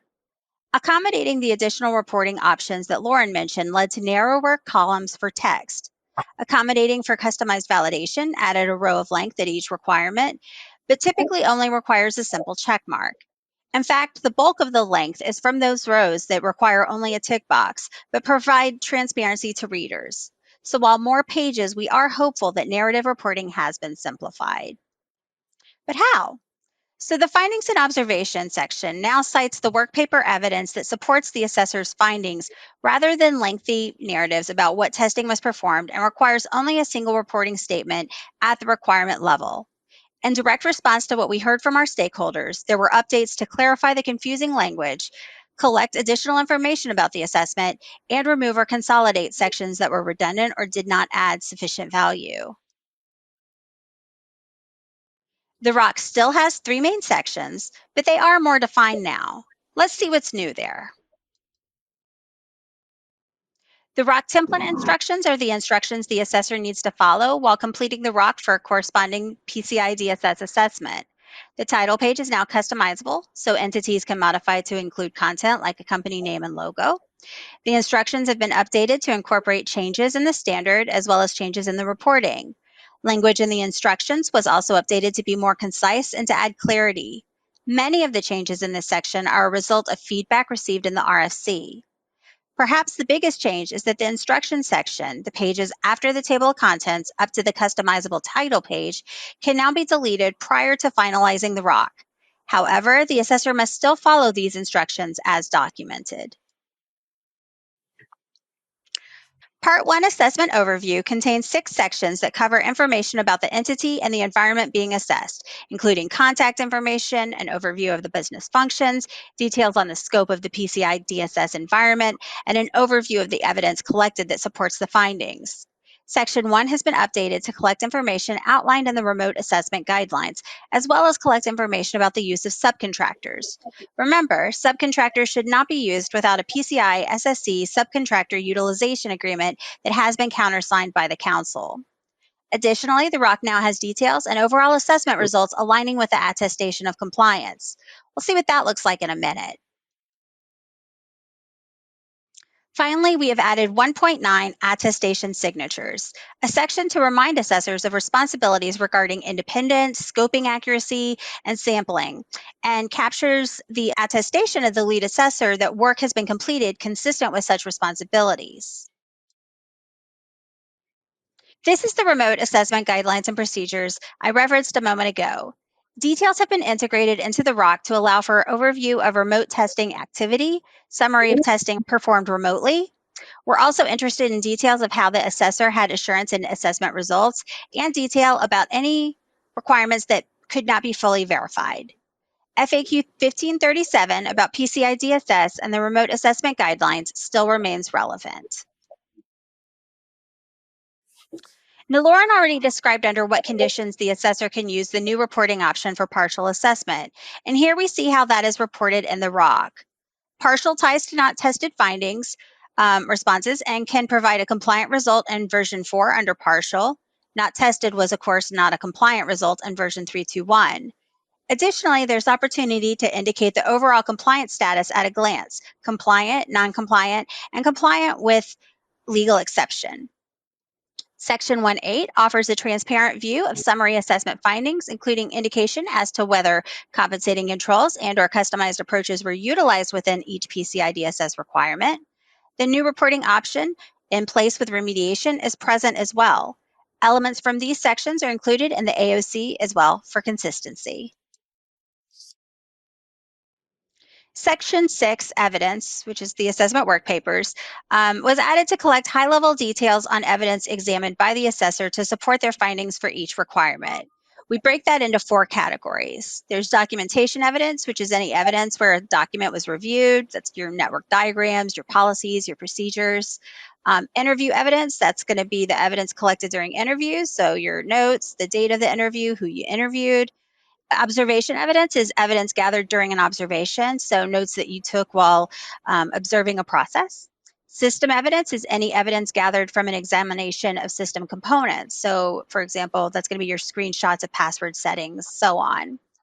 The evidence section supports the assessor's responses and the findings and observation section of the ROC by providing additional context to the evidence referenced at each requirement.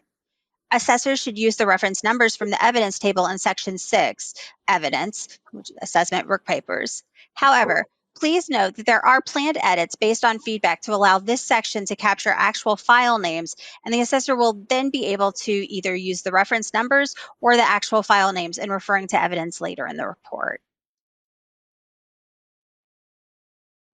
Part 2 Findings and Observations includes the assessment findings for each PCI DSS requirement, as well as the appendices from the standard, including the appendices for documenting compensating controls and the customized approach. Let's see what the biggest changes look like.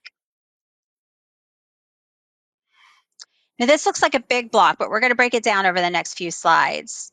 The highlights here include 5 options for assessment findings, 1 consolidated narrative for each requirement to describe in detail why the assessment finding was selected, reporting instructions at the testing procedure for the defined approach now focus on evidence citation rather than narrative summary, and reporting for customized approach and compensating controls.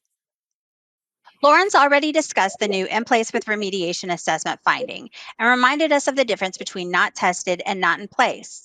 So let's look at the describe why the assessment finding was selected reporting.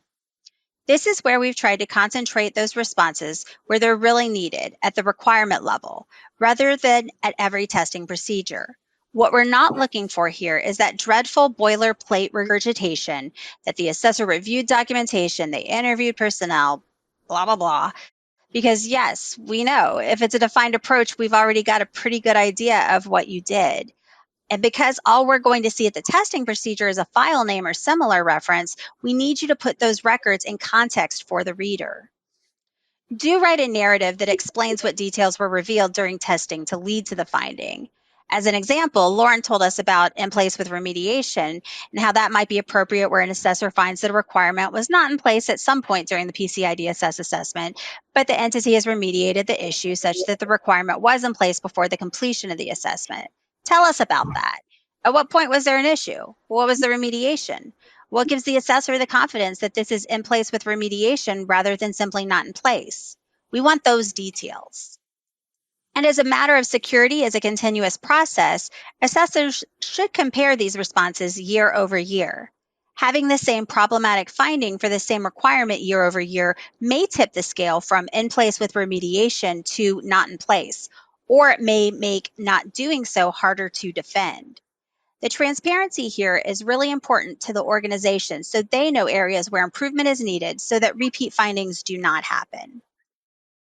Reporting has been added to each applicable requirement for the assessor to indicate whether the customized approach or compensating controls were used to address the requirement, and if so, for what aspects of the requirement were they used. For example, if most of the environment uses the defined approach as written, but a legacy system requires a compensating control, the assessor would choose yes to indicate whether a compensating control was used and document the details regarding the legacy system in the line below. In addition to the information collected at the requirement level, additional details must also be documented in the respective appendices for each compensating control or customized approach used. If narrative response is concentrated at the requirement level, what reporting is expected at each testing procedure? A simple reference to the work paper record that represents the testing completed, interview notes, screenshots, whatever documented evidence the assessor collected that led to the assessment finding. There's nothing you should have to explain here, just the reference to work paper evidence that QSA should have already been collecting and retaining per the QSA qualification requirements. Direct citation of evidence without narrative at each testing procedure should reduce the time assessors spend writing narratives, allowing them to focus on ensuring that the evidence supports the assessor's conclusion and that evidence is properly collected and maintained in accordance with the QSA program guide. An updated version of the QSA program guide is forthcoming. Look forward to an additional appendix that addresses work papers and provides sample attributes of such evidence. Appendix E, Customized Approach Template, is a new appendix intended to document each customized control that is used by the assessed entity. For each customized control used, the assessor must document the name or identifier of the control and provide a description of the control. The assessor must also document how the control meets the customized approach objective. In addition, the assessor must list the controls matrix and targeted risk analysis documentation created by the assessed entity and attest that they support the customized approach for the requirement. The assessor must then develop and document testing procedures to both validate the implemented controls meet the customized approach objective and validate the controls are maintained to ensure ongoing effectiveness. The assessor can insert additional rows to accommodate multiple assessor-derived testing procedures as long as all of the rows associated with the assessor-derived testing procedures are copied down as well. Once the testing procedures have been developed, the assessor must execute the testing procedures and document what was tested, the evidence that was examined during testing, and provide a description of the results of the testing and how the results validate the implemented controls meet the customized approach objective, and validate the controls are maintained to ensure ongoing effectiveness. Closing out the session, updates were also made to the AOCs. Look out for a future update to FAQ 1354, Can an AOC be redacted to protect sensitive information, to clarify acceptable sections for redaction. To address feedback, AOC content was aligned with the ROC. We made it clear where to get the content to populate the AOC. We reordered and renumbered sections to align better with the ROC. We added references in the AOC for the ROC sections that the info comes from. And again, these updates promote security as a continuous process and enhance validation methods and procedures. Let's see what's in that new section 2G for all AOCs, including for the SAQs. The AOC now includes a summary of which reporting responses and methods were used within each principal requirement. More than one can be selected for each principal requirement, and all responses that apply within each principal requirement should be selected. This lets AOC reviewers know if there are specific areas they would like to ask about, and it encourages conversations about trends that may appear across subsequent assessments. Now that's going to wrap up our reporting presentation for today. So here's some takeaways. Version 4 of the PCI DSS ROC includes significant updates to make the ROC easier for assessors to complete and for recipients to read. All of this work would not be possible without the feedback we have received from the industry throughout this process. Thank you for your ongoing collaboration. And next up, we've got John Bloomfield, who will talk to us about the updates to the SAQs.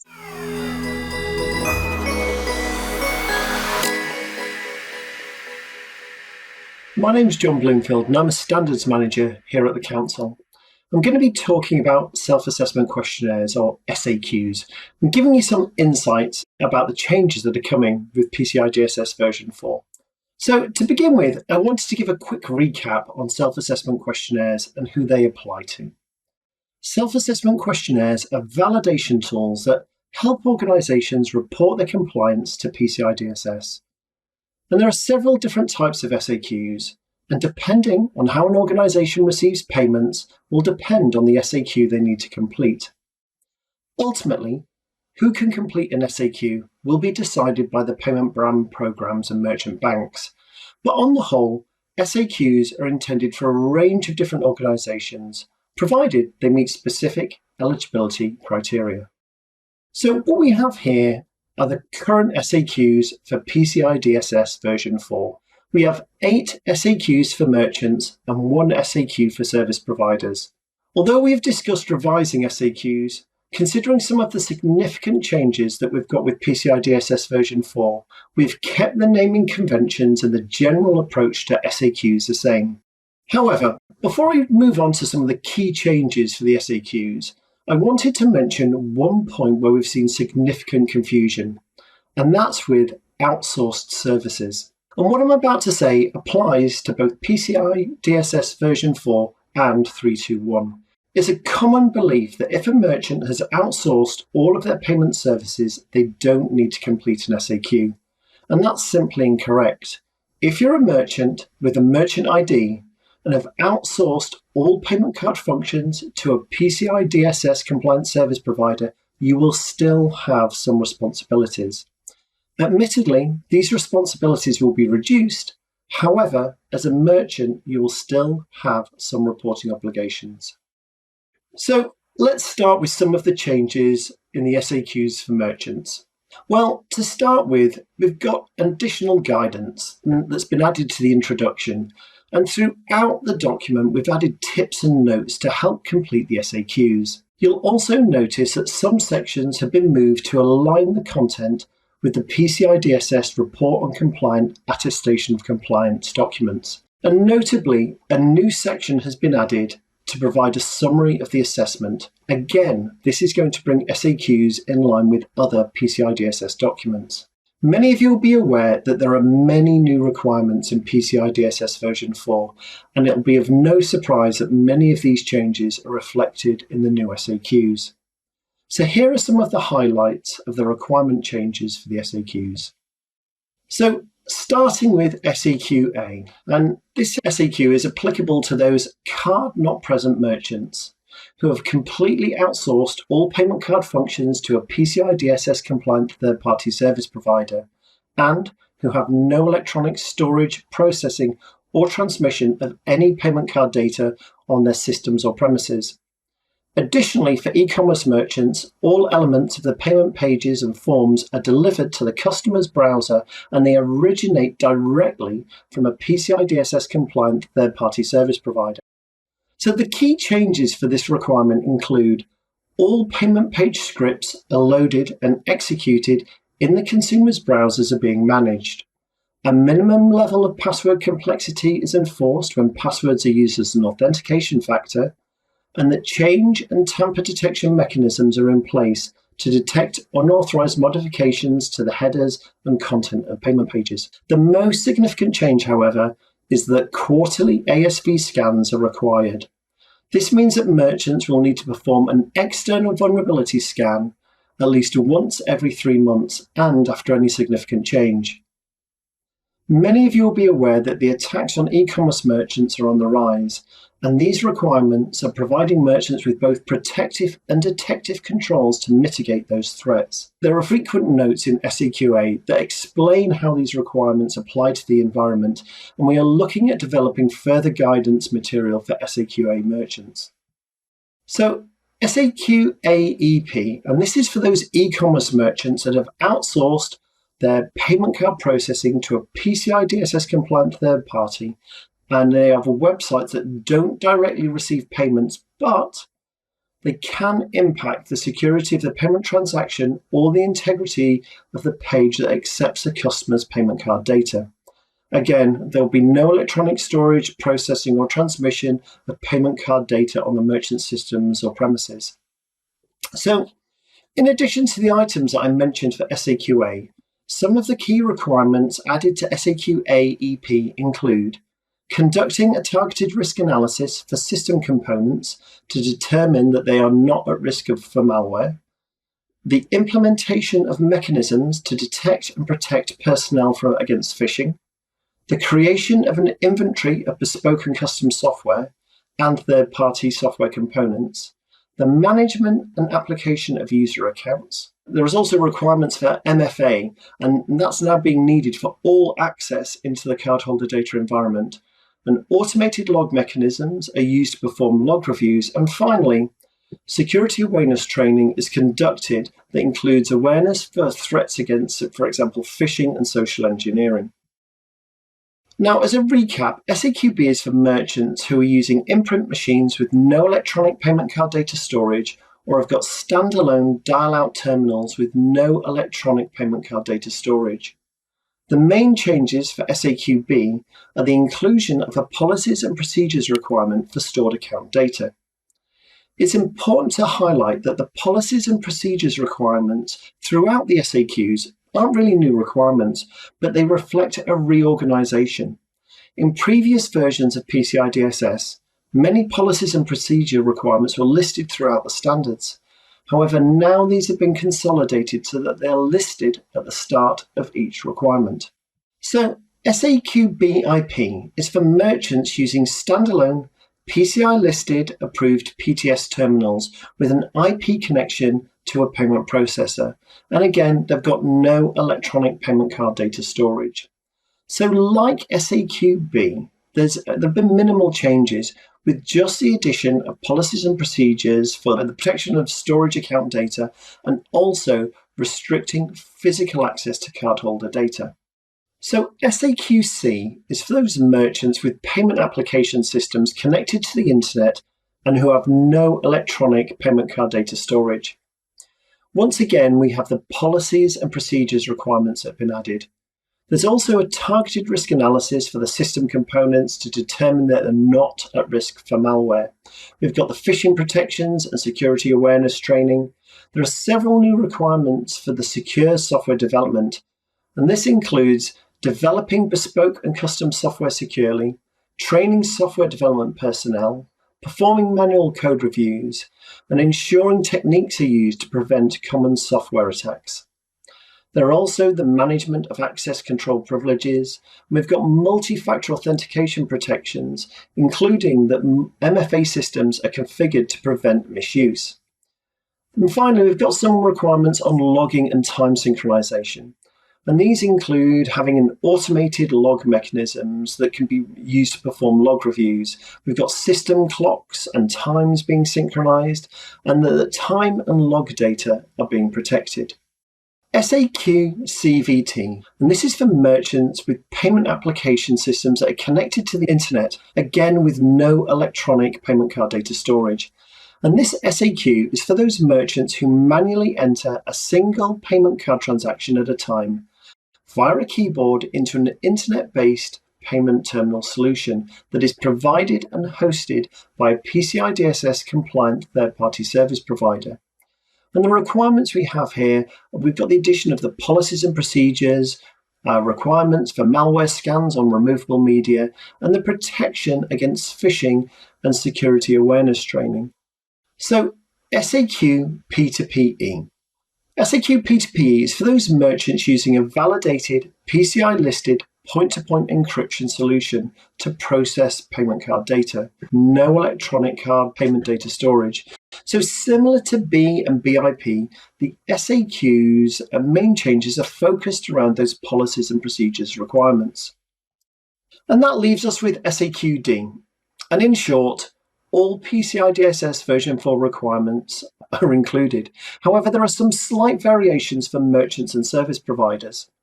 The important takeaway here is that if you're a service provider, the only SAQ that you can complete is the SAQD for service providers. Now, although there are new requirements in all of the SAQs, these are labeled as future dated and best practice, but we strongly recommend organizations consider adopting these as soon as possible. These new requirements represent significant improvements for protecting cardholder data. Also, some organizations may find that to fully implement some of these new requirements may take some time and additional resources, so we suggest planning for their adoption now. So we're introducing a slightly different way for how SAQs are going to be completed. But don't worry, it's not vastly different. I think the best way to describe it is that they're the same but different. So the first big change is that we've changed the requirements. So the SAQs are now not questions, but they're the actual wording that are in PCI DSS.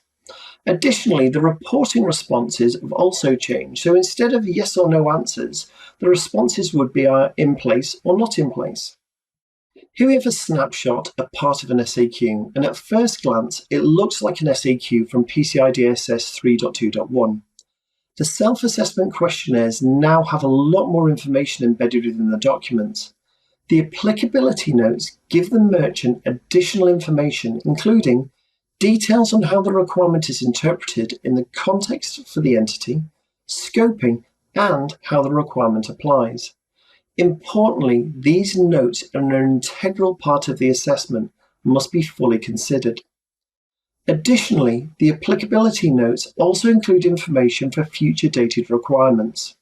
And as a reminder, future dated requirements are going to be best practice until the 31st of March 2025, after which they will be required and must be fully considered for the SAQs. At the bottom, you can also see we have an additional guidance section, and this provides further background information for merchants to help them understand how to complete the requirement.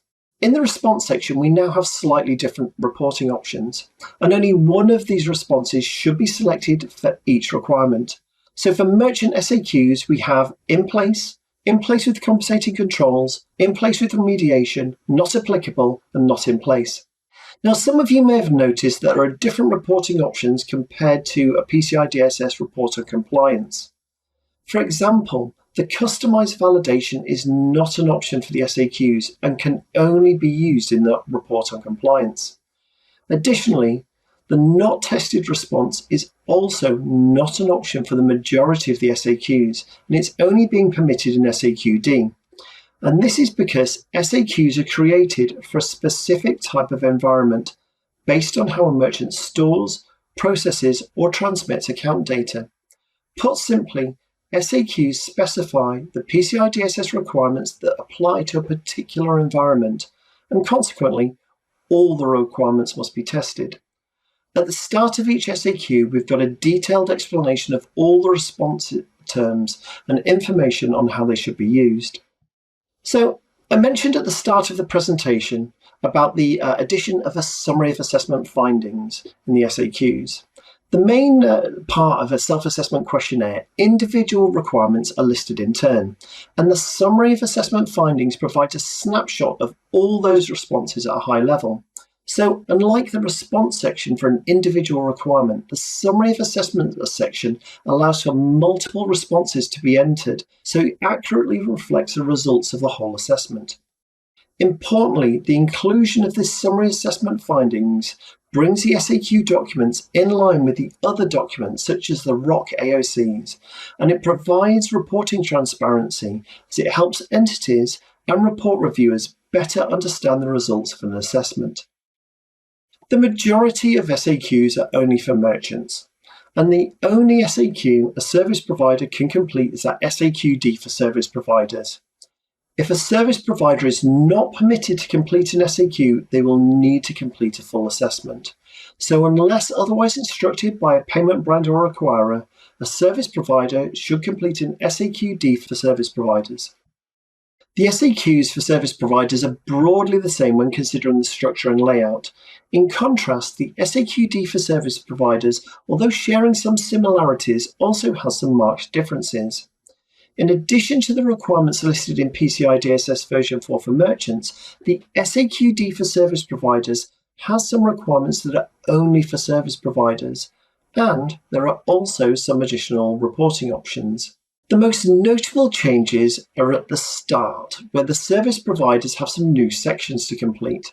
And these sections include adding network diagrams, providing information relating to the storage of account data and sensitive authentication data, listing the different types of in-scope system components, and providing the results of the quarterly scans. So here we've got a requirement from an SAQD for service providers, and there are a lot of similarities to the other SAQs. If you remember earlier, I mentioned that the future dated requirements will be referenced under the applicability notes. And in the first requirement, you can see an example of this. However, the main point I want to draw your attention to are the not tested in the response column that I mentioned earlier in the describe results sections that are both circled in red. Service providers are also now being required to complete a description of the testing performed. For example, if a requirement was in place, the service provider would have to briefly describe how the testing and the evidence demonstrates that that requirement was being met. Now, as a service provider, if you want more information on how to complete these descriptions, there's a requirement response section at the start of the service provider SAQ, and this provides an overview of the expected information that should be included.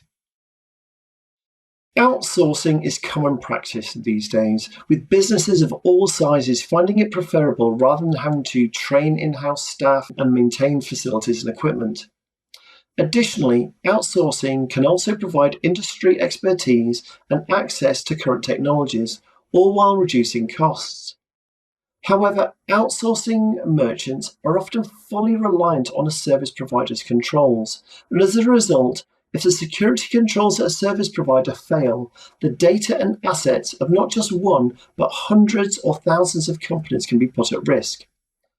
Service providers represent a valuable target, and from an efficiency perspective, malicious actors can receive far greater returns targeting a single service provider rather than focusing on a single merchant. So looking to the future, a central item that we are constantly reviewing is how we can develop and improve mechanisms for reporting PCI DSS compliance. This year we've got various initiatives planned with the Small Merchant Task Force, and as always, you'll continue to have opportunities to comment on changes to our standards. Again, I'd like to reinforce that we review all of the feedback from our request for comment periods. So if you have a view on the materials we're developing, please provide us with your thoughts and insights. We'd welcome those of you who are interested in taking a more active role to join the Small Merchant Task Force, especially those of you who are acquirers or represent or work with smaller merchants. So if you're interested, please reach out to myself or a member of the PCI SSC staff. And finally, it may sound obvious, but there are many changes to the new SAQs. So, if I could give you a single piece of advice, it will be to ensure that you read the new PCI DSS version 4 SAQs thoroughly. Thank you.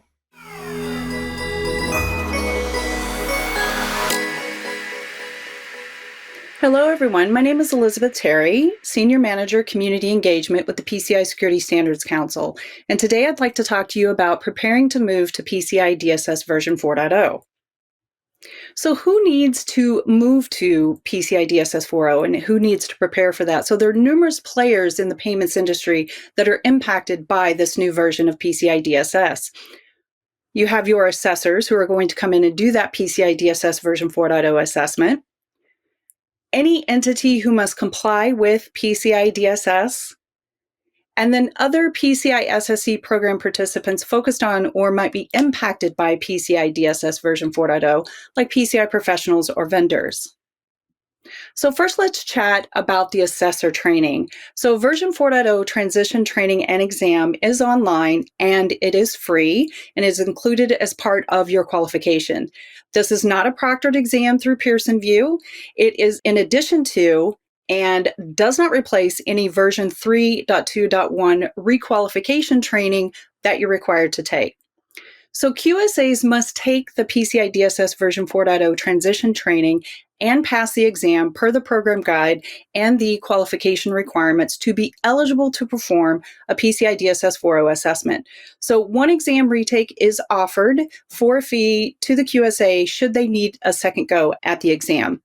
ISAs are not required to take the transition training and exam, but they are highly encouraged to so that they can be able to better communicate with QSAs and as well as determine the impact to their organization and be able to communicate within their organization about changes that might come with PCI DSS 4.0. So the exam is going to cover the content of the transition training course, plus any changes to the supporting documents that assessors must attest to that they have to read, like the program guide or the qualification requirements. But one thing that it's important to note is that thinking, oh, I've done PCI DSS for years, I'll be fine. That might be detrimental because the exam is going to look specifically at ensuring that you understand the new content that is part of PCI DSS version 4.0. Other courses that might be impacted by PCI DSS 4.0, like PCIP, will be updated as well to reflect any necessary changes with the release of version 4.0 of PCI DSS. So, how are you going to know if your QSA is qualified to perform that PCI DSS version 4.0 assessment? So for entities who use a QSA, you'll want to know if your QSA or that QSA company has been qualified to perform PCI DSS 4.0 assessment. So once the QSA has taken the training and passed the exam, their listing is going to be updated on the website. So you will see that they are PCI DSS version 4.x qualified. The same will be for any QSA company listing. You will be able to pull that QSA company up to see if they have any QSAs on staff who are qualified to perform PCI DSS 4.0 assessments. So what can organizations do to improve their readiness for version 4.0? Well, the first thing you need to do is contact your assessor, contact your QSA and start planning now, because 2 years is not as much time as you think it is. How quickly did the last 2 years pass? So doing the planning and analysis now provides you with what you need to work on. For example, with authenticated scanning and for internal scans, you're going to find vulnerabilities that you didn't know you have, and you will need time to determine how to address them all. Waiting until the last minute could inflate timelines, could inflate resource needs and budget, which brings me to the consideration of items that will require capital expenditures. You may need a budget cycle or two to be able to get those things approved and get them in place. The other thing is to take a look at all future dated requirements and consider them now and figure out what that individual impact is to your organization for those future requirements. So performing a gap analysis to determine those most impactful changes like passwords, multi-factor authentication, that authenticated scanning, or even different e-commerce channels that you may have. By identifying a systematic way to approach these updated requirements, it's going to help you plan this PCI DSS 4.0 project. And make sure you have buy-in from the top down first, because, for example, authenticated scanning and the results from those might impact various teams and increase the workload in most unpredictable ways. So other things that you might want to do is establish the scope. During that gap analysis, that's going to help tremendously, knowing the scope of the assessment. And then, are you using an alternative or very new technology in order to meet a requirement? So you may want to do the customized approach if that is the case, or you may want to stick with the defined approach, which is just how we've been doing it in times past. And remember, customized approach is not a get out of jail free card if your organization is not meeting a requirement. So the other thing to consider is in place with remediation. That finding may signal that your environment was not in place at one point, and that might impact contractual agreements that you might have with other entities who have customers if the language in those agreements require that they're supposed to be PCI DSS compliant at all times. The other thing is to determine the current version 3.2.1 posture for your organization as it compares to the version 4.0 posture. This is going to be a huge part of your gap analysis to see where you are now and figure out where you need to be. So for some organizations, there may be some really big projects for PCI DSS 4.0. Getting these on the project plan and planning now, such as inventories and reviews of all cryptographic protocols that are being used, hardware and software that's in use, preventing or detecting phishing, training users, multi-factor authentication for all access into the CDE, automated log reviews, and of course the above mentioned authenticated scanning. For those organizations that are already doing multi-factor authentication or maybe automated log reviews, there may be nothing to implement. But for those who are not, there may be a lot of really big projects involved in that. And you also need to make sure that you have people trained in the new technologies that you're going to be implementing. So you want to start now to make sure that you have those subject matter experts when you need them. What else can you do? Performing a targeted risk analysis to justify the timeframes that you're using for any of the requirements that have a frequency that might be new or that might need to be centralized. That's something you need to take a look at as well. Using the prioritized approach tool might be very useful in your gap analysis if an organization is looking to identify gaps for the higher milestone requirements first. New requirements in requirement 12 about third-party service provider relationships, how to handle those changes with those existing third parties, as well as how to meet the requirements once PCI DSS version 4.0 is adopted, and for future relationships and contracts. And you want to make sure that you've looked at all of that and analyzed it. And then lastly, sampling is always a great topic as both an assessor and as an entity. Deciding how, when, and for what reasons a sample might be beneficial should be considered. On pages 22 and 23 of the standard is great detail on this, and it should be incorporated into any review or analysis that's being performed. So whether you are an assessor, an entity that's required to comply with PCI DSS 4.0, or any of the other PCI SSE program participants or in the payments ecosystem, start early, read the standard, read the supporting documents, start planning, collaborate with your assessor and those in the community, ask questions, and soon you and your organization will be ready for shifting to PCI DSS version 4.0.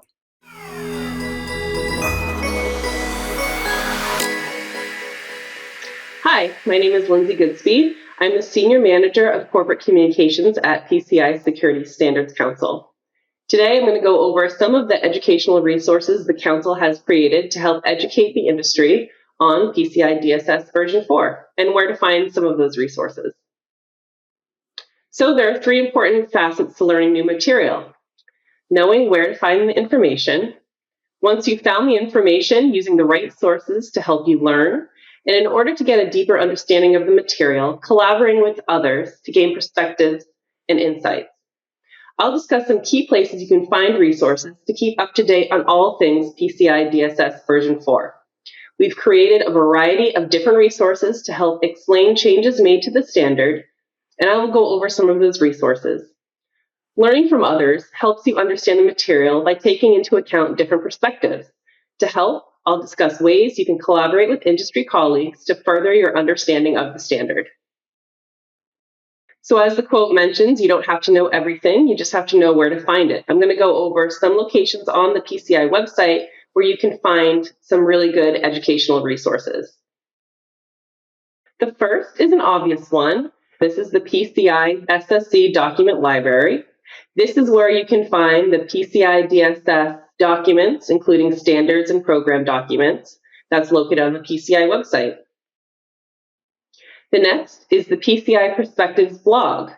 I encourage you to subscribe to the blog, as this is where we announce all council news, including resources related to PCI DSS. Finally, we created something we're calling a PCI DSS resource hub. So this is a centralized location for all PCI DSS educational resources. Here you'll find links to the standard and program documents, as well as additional educational resources. So make sure to bookmark this page, as we are constantly updating it with resources to help the industry better understand changes made to the standard. If you don't already, make sure to follow us on social media, as we constantly update our platforms to inform the industry on all updates related to the Council and PCI DSS. You can follow us on Twitter, LinkedIn, and YouTube. Now that I've covered where to find standard resources, I'll go over what some of those resources are. Our goal is to first listen to the community to understand the questions they have about the standard, and then create content to meet their needs. Some of you already know the standard backwards and forwards, while still some others are reviewing it for the first time. We have resources to help wherever you are in your journey in understanding the standard.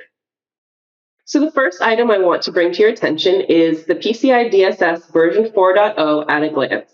This is a 2-page PDF that go over what the goals are for PCI DSS 4 and how changes to the standard meet these goals. We discuss how industry collaboration drove changes to the standard, and we share an overview of the implementation timeline.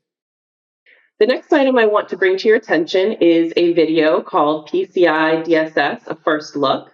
This is where 4 council colleagues provide a first look at the standard, and they have a discussion on standard changes. This video is on the council YouTube page and has been translated in 4 languages. Make sure to check this video out on the YouTube page or on our PCI DSS resource hub. New this year, we launched a podcast called Coffee with the Council. It's a monthly podcast that shares insights from council and industry experts. So make sure to subscribe, as we will be discussing many topics related to PCI DSS and payment security news. As I mentioned earlier, as the global payments community becomes more familiar with the standard, we want to provide additional educational resources as needed. So make sure to subscribe to all of our channels as we continue to create new resources to help the industry. Collaboration is a core tenet of the Council. I encourage you to participate and collaborate with industry colleagues to better understand PCI DSS 4. To that end, we have a number of events designed to bring the global payments community together. These feature both Council speakers as well as leading payment security experts discussing a wide variety of topics related to payment security. I hope to see you in person at these 2 events. Later this year, we will also launch a content library, which will house streamed presentations from these events. So stay tuned for more information regarding the content library. Again, I just want to thank the industry for their feedback and collaboration so the Council can continue to educate on PCI DSS 4. Thank you.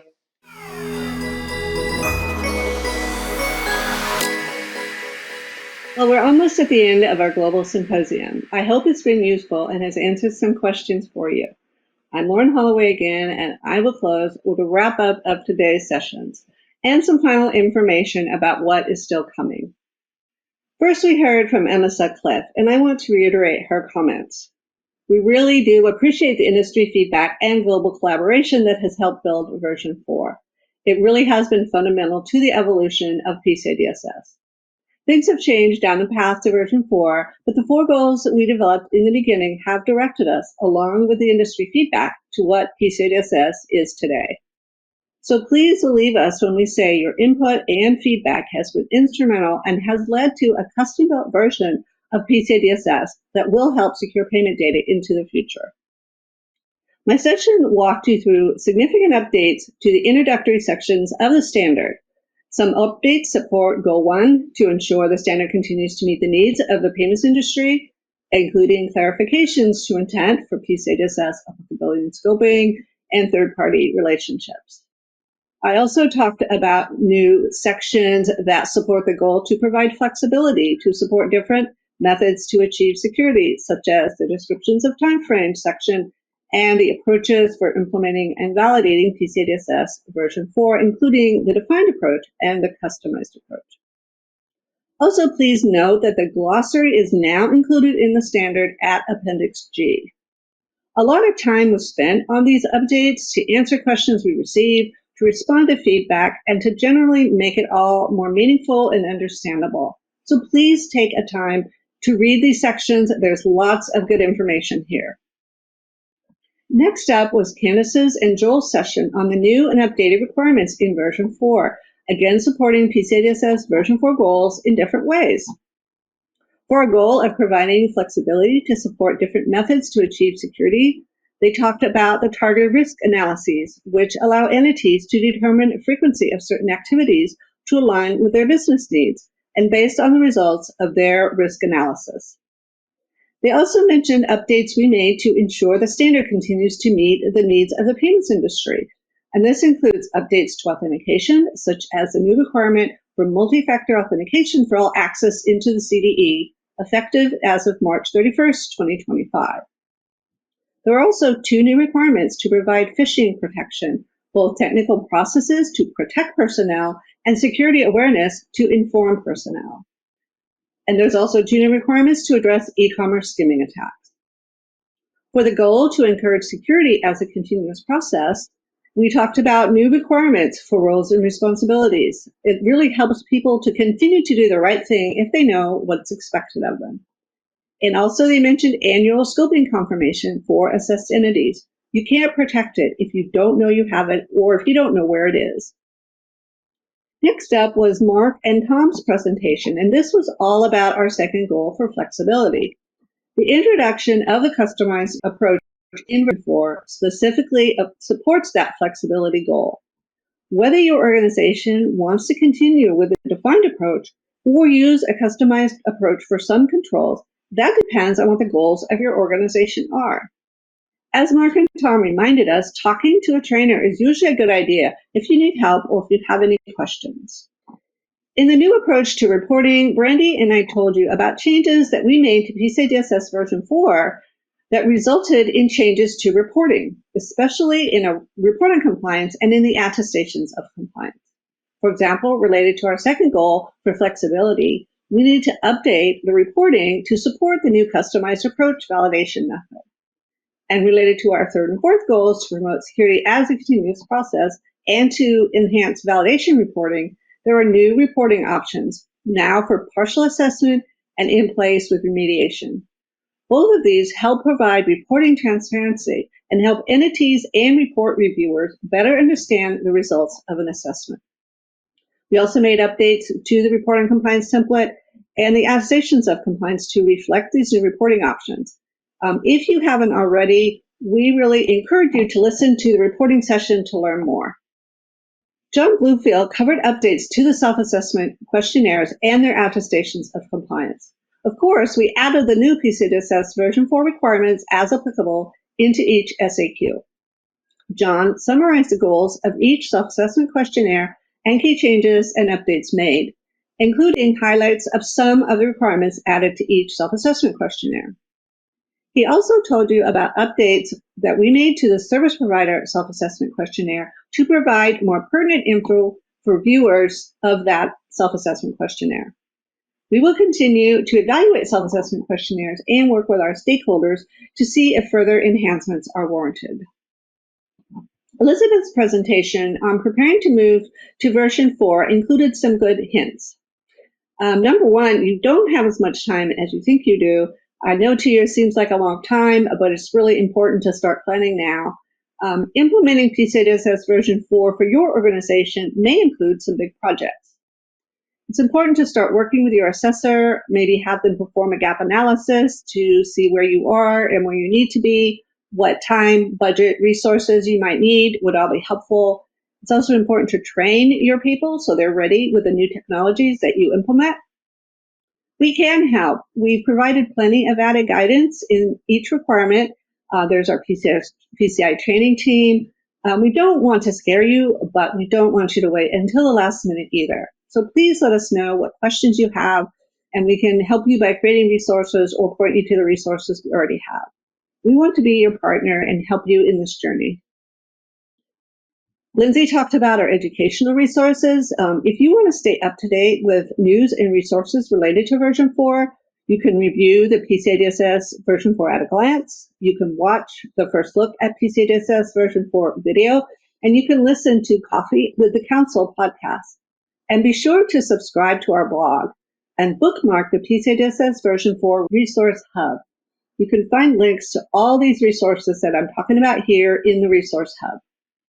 As of the date of this recording, the standard, report on compliance, the attestations of compliance, and the self-assessment questionnaires have all been released. Depending on when you're listening to this video, PCI DSS version 4 transition training may already be available for QSAs and ISAs. And also, depending when you're listening, other supporting documents such as a prioritized approach, designated entity supplemental validation, updated FAQs, either have been released or will shortly be released, so check our website. We're also pleased to be providing several translations of the standard, and we're publishing these as they are ready. Q3 and Q4 of this year is when the time that QSAs that have successfully completed version 4 transition training and passed the exam can start performing version 4 assessments. We will be indicating on our website those QSAs that have successfully completed version 4 training, and we will also be indicating on our website at the company level if there are QSAs qualified within that company to perform version 4 assessments. 31 March of 2024 is when PCI DSS version 3.2.1 will retire, and after that date, only version 4 can be used. If you think you might have a version 3.2.1 assessment in progress, then we recommend that you talk to your acquirer or the payment brands about whether you will be able to submit a version 3.2.1 assessment after version 3.2.1 has expired. And 31 March 2025 is when those requirements that are noted as best practices will become required and must be fully considered during a PCI DSS assessment. As Lindsay said, stay up to date with our version 4 resource hub. We continually update that as there are new documents available, podcasts, etc. Once you've viewed all the content for this global symposium, please visit PCIDSSquestions.org and submit any questions you may have regarding version 4. Let us know if there's a topic that you'd like us to provide more information about. We will be collecting all your questions and requests submitted during the symposium, and your feedback will help us to develop further guidance via FAQs, blog posts, and presentations for the upcoming community meetings to help answer your outstanding questions. Your continued feedback is very important to the Council. We want to be sure that you have everything you need to help with your transition to version 4 and to secure payment data. A note about current and upcoming events. This global symposium will be available until the end of August 2022. Then we have the North America Community Meeting in Toronto, Canada in September, and the Europe Community Meeting in Milan in October. I hope you can join us for at least one of these events. And also stay tuned because we're putting together a global content library for our members so that you can access our stream content. We will let you know as soon as this is available. And that concludes the Global Symposium. Thank you.